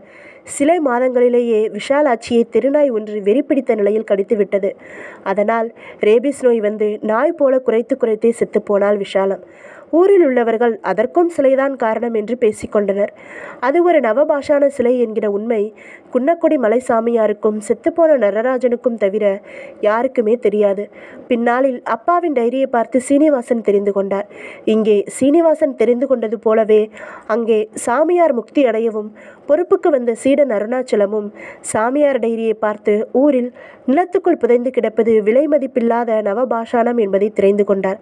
அதை கொண்டு சாகசங்கள் செய்வதும் ஒரு ஊரையே அழிப்பதும் அதை பயன்படுத்தும் விதத்தை பொறுத்து என்பது தெரிய வரவும் அதை அடைய முயற்சி செய்தார். அந்த முயற்சியை நேராக செய்யாமல் தொண்டிமுத்து மூலமாக செய்ததுதான் விபத்து என்கிற பெயரில் கொலை வர போய்விட்டது. இரவு மணி 12. வீட்டு கடிகாரத்தின் பெண்டுலத்தின் சத்தம் துல்லியமாக கேட்டு அடங்கியது. சந்தியா கதவை திறந்து கொண்டு வெளியில் வந்து பார்த்தாள். அழுது வடிந்தபடி தெருவிளக்குகள் எரிந்து கொண்டிருக்கும் அன்று அது கூட அணைந்திருந்தது. இரவுக்கே உரிய சில் வண்டுகளின் சத்தம். இருவரும் கைவசம் ஒரு டார்ச் லைட் மற்றும் கடப்பாறை மண்வெட்டி சகிதம் தெருவில் இறங்கினர். சில அடி தூரம் வரை நடந்த கண்ணன் திரும்பிவிட்டு வாசலை பார்த்தான். புரொஃபசர் சீனிவாசன் பயன்படுத்திய முஃபட் வாகனம் நின்று கொண்டிருந்தது. சந்தியாவும் புரிந்து கொண்டு கேட்டாள், என்ன கண்ணன், வண்டியில் போகலாமா? ஆமாம் சந்தியா, அந்த சிலந்தையை நம்ம 2 பேரால் தூக்கிட்டு நடக்க முடியுமோ முடியாதோ? அப்போ சரி, வண்டியை எடுங்க என்றவள் உள்ளே போய் சாவியை எடுத்து வந்து தந்தாள். கண்ணன் மிக விவேகமாய் வண்டியை ஸ்டார்ட் செய்யாமல் தள்ளிக்கொண்டு தெருவில் நடந்தான். சிறிது தூரம் சென்ற பின் தான் ஸ்டார்ட் செய்தான். சந்தியாவும் பின்னால் தொற்றிக்கொண்டாள். அவளது ஒரு கையில் மண்வெட்டி இருந்தது. யாராவது பார்த்தால் விபரீதமாகத்தான் நினைப்பார்கள். இருந்தாலும் அப்பாவின் ஆத்மா நிச்சயம் உடன் துணை வரும் என்ற நம்பிக்கை வழிநடத்தியது. ஓரிடத்தில் தெருநாய் ஒன்று இருந்து பெரிதாய் குறைக்க ஆரம்பித்தது. அதனால் தெருவே விழித்து கொண்டு விடுமோ என்று கூட சந்தியாவுக்கு பயம் வந்துவிட்டது. திடீரென்று அந்த தெருநாய் எதிர் திசையில் தலைதறிக்க ஓட ஆரம்பித்தது. என்ன கண்ணன் இது? கத்தன நாயி எதிர் திசையில் ஓடுது. அதை உன் அப்பா நமக்கு தொந்தரவு இல்லாதபடி இழுத்துக்கிட்டு போகிறார் சந்தியா. அப்படின்னா நம்ம கூடவே அப்பா வந்தாரா? நாய்களுக்கு ஆவிகளை பார்க்குற ஆற்றல் உண்டுன்னு படித்ததில்லையா? கண்ணனின் விளக்கம் தெருவொன்றும் பாராமல் சந்தியாவை திரும்பவும் அளவிட்டது. சந்தியா, இது உணர்ச்சி வசப்பட வேண்டிய நேரம் இல்லை. அப்பா சொன்ன ரகசியத்தை செயல்படுத்த வேண்டிய நேரம். கமான் என்று அவளை தேற்றி அழைத்து கொண்டு புறப்பட்டான். அவர்களின் அந்த 3 ஏக்கர் இடம் அந்த இரவின் பிடியில் கருப்பாய் மை பூசி கொண்டது. அவ்வளவு பெரிய இடத்தில் எங்கே அந்த சிலை புதைக்கப்பட்டிருக்கிறது என்று கண்டுபிடிப்பது? கண்ணன் வேலி தடுப்புக்கு முன்னால் முஃபட்டை நிறுத்திவிட்டு தீவிரமாக யோசித்த போது வானில் மழை வருவதற்கான அறிகுறிகள். மின்னல் ஒன்று டிராகன் உடம்பு போல நெரிசல் எடுத்து வானில் ஓடியது. கீழே அதன் வெளிச்சத்தில் பளிச்சென்று இடமும் தெரிந்தது. அதில் எந்த இடம்? சந்தியாவுக்கு குழப்பமாக இருந்தது. கண்ணன், இதில் அந்த இடம் எதுன்னு தெரியல தானே? ஆமாம் சந்தியா, ஆனாலும் இவ்வளவு தூரம் வழிகாட்டின உங்கள் அப்பா இங்கே தானே வழிகாட்ட மாட்டார். கண்ணன் நம்பிக்கையோடு சொன்னது வீண் போகவில்லை. தெருவில் வந்தபோது எதிர் திசையில் குறைத்து கொண்டே ஓடிய நாய் அங்கேயும் குறைத்தபடி வந்தது. இருவருக்கும் அதிர்ச்சி. சில முறை மட்டுமே குறைத்த அந்த நாய் வேலையை தாண்டி குதித்து நிலத்துக்குள் ஓடியது. மின்னல் ஒளியில் அது நன்றாக தெரிந்தது. சந்தியா, நாயை நம்ம பின்தொடர்வோம் என்று வேலிக்குள் குனிந்து உள்நிலையை பார்த்த சந்தியாவின் துப்பட்டா வேலி கம்பியில் சிக்கி கொண்டு விட, இருட்டில் அவள் அதை எடுத்துவிட சிரமப்பட்ட போது யாரோ வந்து எடுத்துவிட்ட உதவியது போல் அந்த துப்பட்டா விடுபட்டது. அப்பா என்று அங்கேயே விசும்பத் தொடங்கிவிட்டாள். கண்ணன் திரும்பி பார்த்து டார்ச் லைட்டை அடித்தான். அதை வைத்து அவனை நோக்கி ஓடினாள்.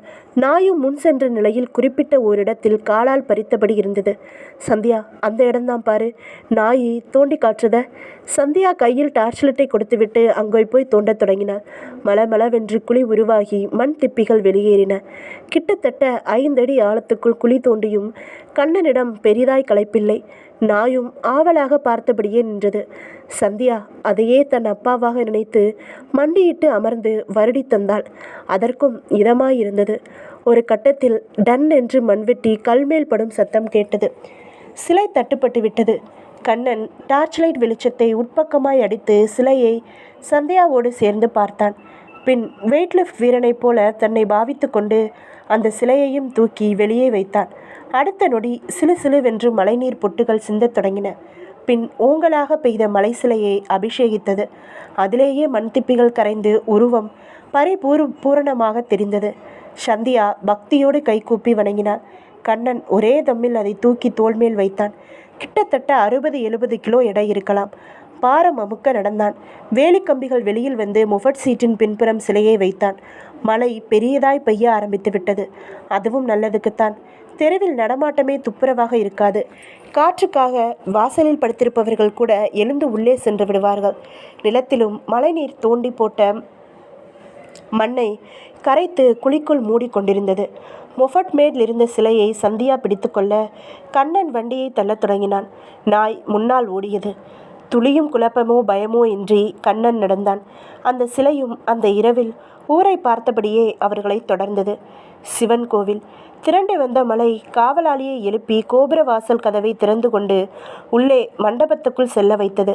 மின்சாரம் வேறு இதுதான் சாக்கு என்று கட்டாகிவிட காவலாளி மழை நிற்கும் வரை பொறுத்திருப்போம் என்று மண்டபத்துக்குள் போர்வையால் உடம்பை மூடிக்கொண்டு விட்டான். முஃபட்டில் கோபுர வாசல் வரை வந்துவிட்ட கண்ணனுக்கும் சந்தியாவுக்கும் கோபுர வாசல் கதவு திறந்திருப்பது ஒரு புது தெம்பை தந்தது. அப்படியே முஃபட்டோடு உள்ளே நுழைந்தனர். பளீர் என்று ஒரு மின்னல் கிணறு இருக்கும் திசையை வினாடியில் காட்டி முடித்தது. கண்ணனும் முஃபட்டின் அந்த பக்கமாய் திரும்பினான். கிணற்றையும் நெருங்கினான். சிலையை சிரமப்பட்டு திரும்ப தோளுக்கு தூக்கினான். அப்பொழுது வானில் ஒரு பெரிய இடி சத்தம். அது அவனுக்குள்ளும் அதிர்வை பாய்ச்ச சிலை பொத்தென்று கிணற்றுக்குள் விழுந்து எழுந்து சத்தம் இடி சத்தத்தில் அமங்கி போனது. எல்லாமே திட்டமிட்டபடி நடந்து முடிந்ததுதான் ஆச்சரியம். அதற்கு மேல் அங்கே நிற்காதபடி முஃபட்டில் மெல்ல வெளியில் வந்து பின் அதை ஓட்டிக்கொண்டு வீட்டு வாசலுக்கு வரவும் மின்சாரம் வரவும் சரியாக இருந்தது. மழையும் குறைய தொடங்கிவிட்டிருந்தது. முஃபட்டை அதற்குரிய இடத்தில் நிறுத்திவிட்டு உள்ளே சென்ற இருவரும் ஈரம் சொட்ட சொட்ட சீனிவாசன் படத்தின் முன் நின்றனர். நடந்து முடிந்தது. எல்லாமே ஒரு கனவு போலதான் இருந்தது. எங்கேயோ இருந்த கண்ணன் நடு இரவில் வந்து சந்தியாவின் வாழ்க்கைக்கே ஆதாரமாகவும் ஆகிவிட்டான். அவளுக்கும் ஒரு துணை தேவை என்பதை உணர்ந்து இறந்துவிட்ட பின்பும் தன் கடமையை செய்த சீனிவாசன் ஆத்ம சந்தியை. வெள்ளிக்கிழமை தொண்டைமுத்துவின் கார் வீட்டு வாசலில் வந்து நின்றது. கண்ணனும் சந்தியாவும் சீனிவாசன் படத்தை வணங்கிவிட்டு புறப்பட்டனர். காரும் ரெஜிஸ்டர் ஆஃபீஸை நோக்கி சென்றது. வழியில் அழகப்பன் லக்ஷ்மணன் இருவரையும் சாட்சி கையெழுத்து போட ஏற்றி கொண்டனர். லக்ஷ்மணன் கண்ணனை ஒரு அதிசய பிறவியைப் போல பார்த்தார். உங்கள் அம்மா தானே வீட்டை விட்டு ஓடி போனவ என்று தனக்கே உரிய பாணியில் கேட்டார். உயிரோடு இருந்தவரை உன்னால் ஒட்ட முடியல. சீனிவாசன் மண்டையை போடவும் சந்தியாவை வந்து பிடிச்சுக்கிட்டியாக்கோ என்று அழகப்படும் வார்த்தைகளில் வருத்தெடுத்தார். இருவரும் எதுவும் பேசவில்லை. காருக்கு முன்னால் இரவில் வழிகாட்டிய அதே நாய்.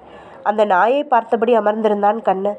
ரெஜிஸ்டர் ஆஃபீஸின் முதலில் அந்த நாய் நுழைய பின்னாலேயே கார் நுழைந்தது. உள்ளே தொண்டிமுத்து தயாராக இருந்தார். ஒரு ஆச்சரியம் போல அருணாச்சலசாமியும் வந்திருந்தார். சந்தியாவிடம் போலியாக, உங்கள் அப்பாவுக்கு இப்படி ஒரு கதியான்னு நினச்சி துடிச்சு போயிட்டேமா என்றார். பத்திரங்கள் தயாராக இருந்தன. தொண்டிமுத்துவின் படம் அந்த ஆஃபீஸில் எறும்பை கூட வேலை வாங்கி கொண்டிருந்தது. கண்ணனும் சந்தியாவும் மௌனமாகவே இருந்தனர். கையெழுத்து போடும் நேரம் வந்தது. போட்டனர். தங்கள் வசம் உள்ள மூலப்பத்திரங்களையும் ஒப்படைத்தனர்.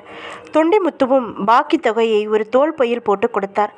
பணத்தை மட்டும் எடுத்துக்கொண்டு தோல் பையை அவரிடமே திரும்பி தந்தனர். பின்னர் புறப்பட்டனர். கார்லேயே டிராப் பண்ணுற என்று சொன்னவரை காதலையே வாங்கி கொள்ளவேல். வெளியே ஆட்டோ காத்திருக்க அதில் ஏறிக்கொண்டனர். நாய் மட்டும் வரவில்லை. சந்தியா திரும்பி திரும்பி பார்த்தாள். கண்ணன் அந்த நாய் என்றாள்.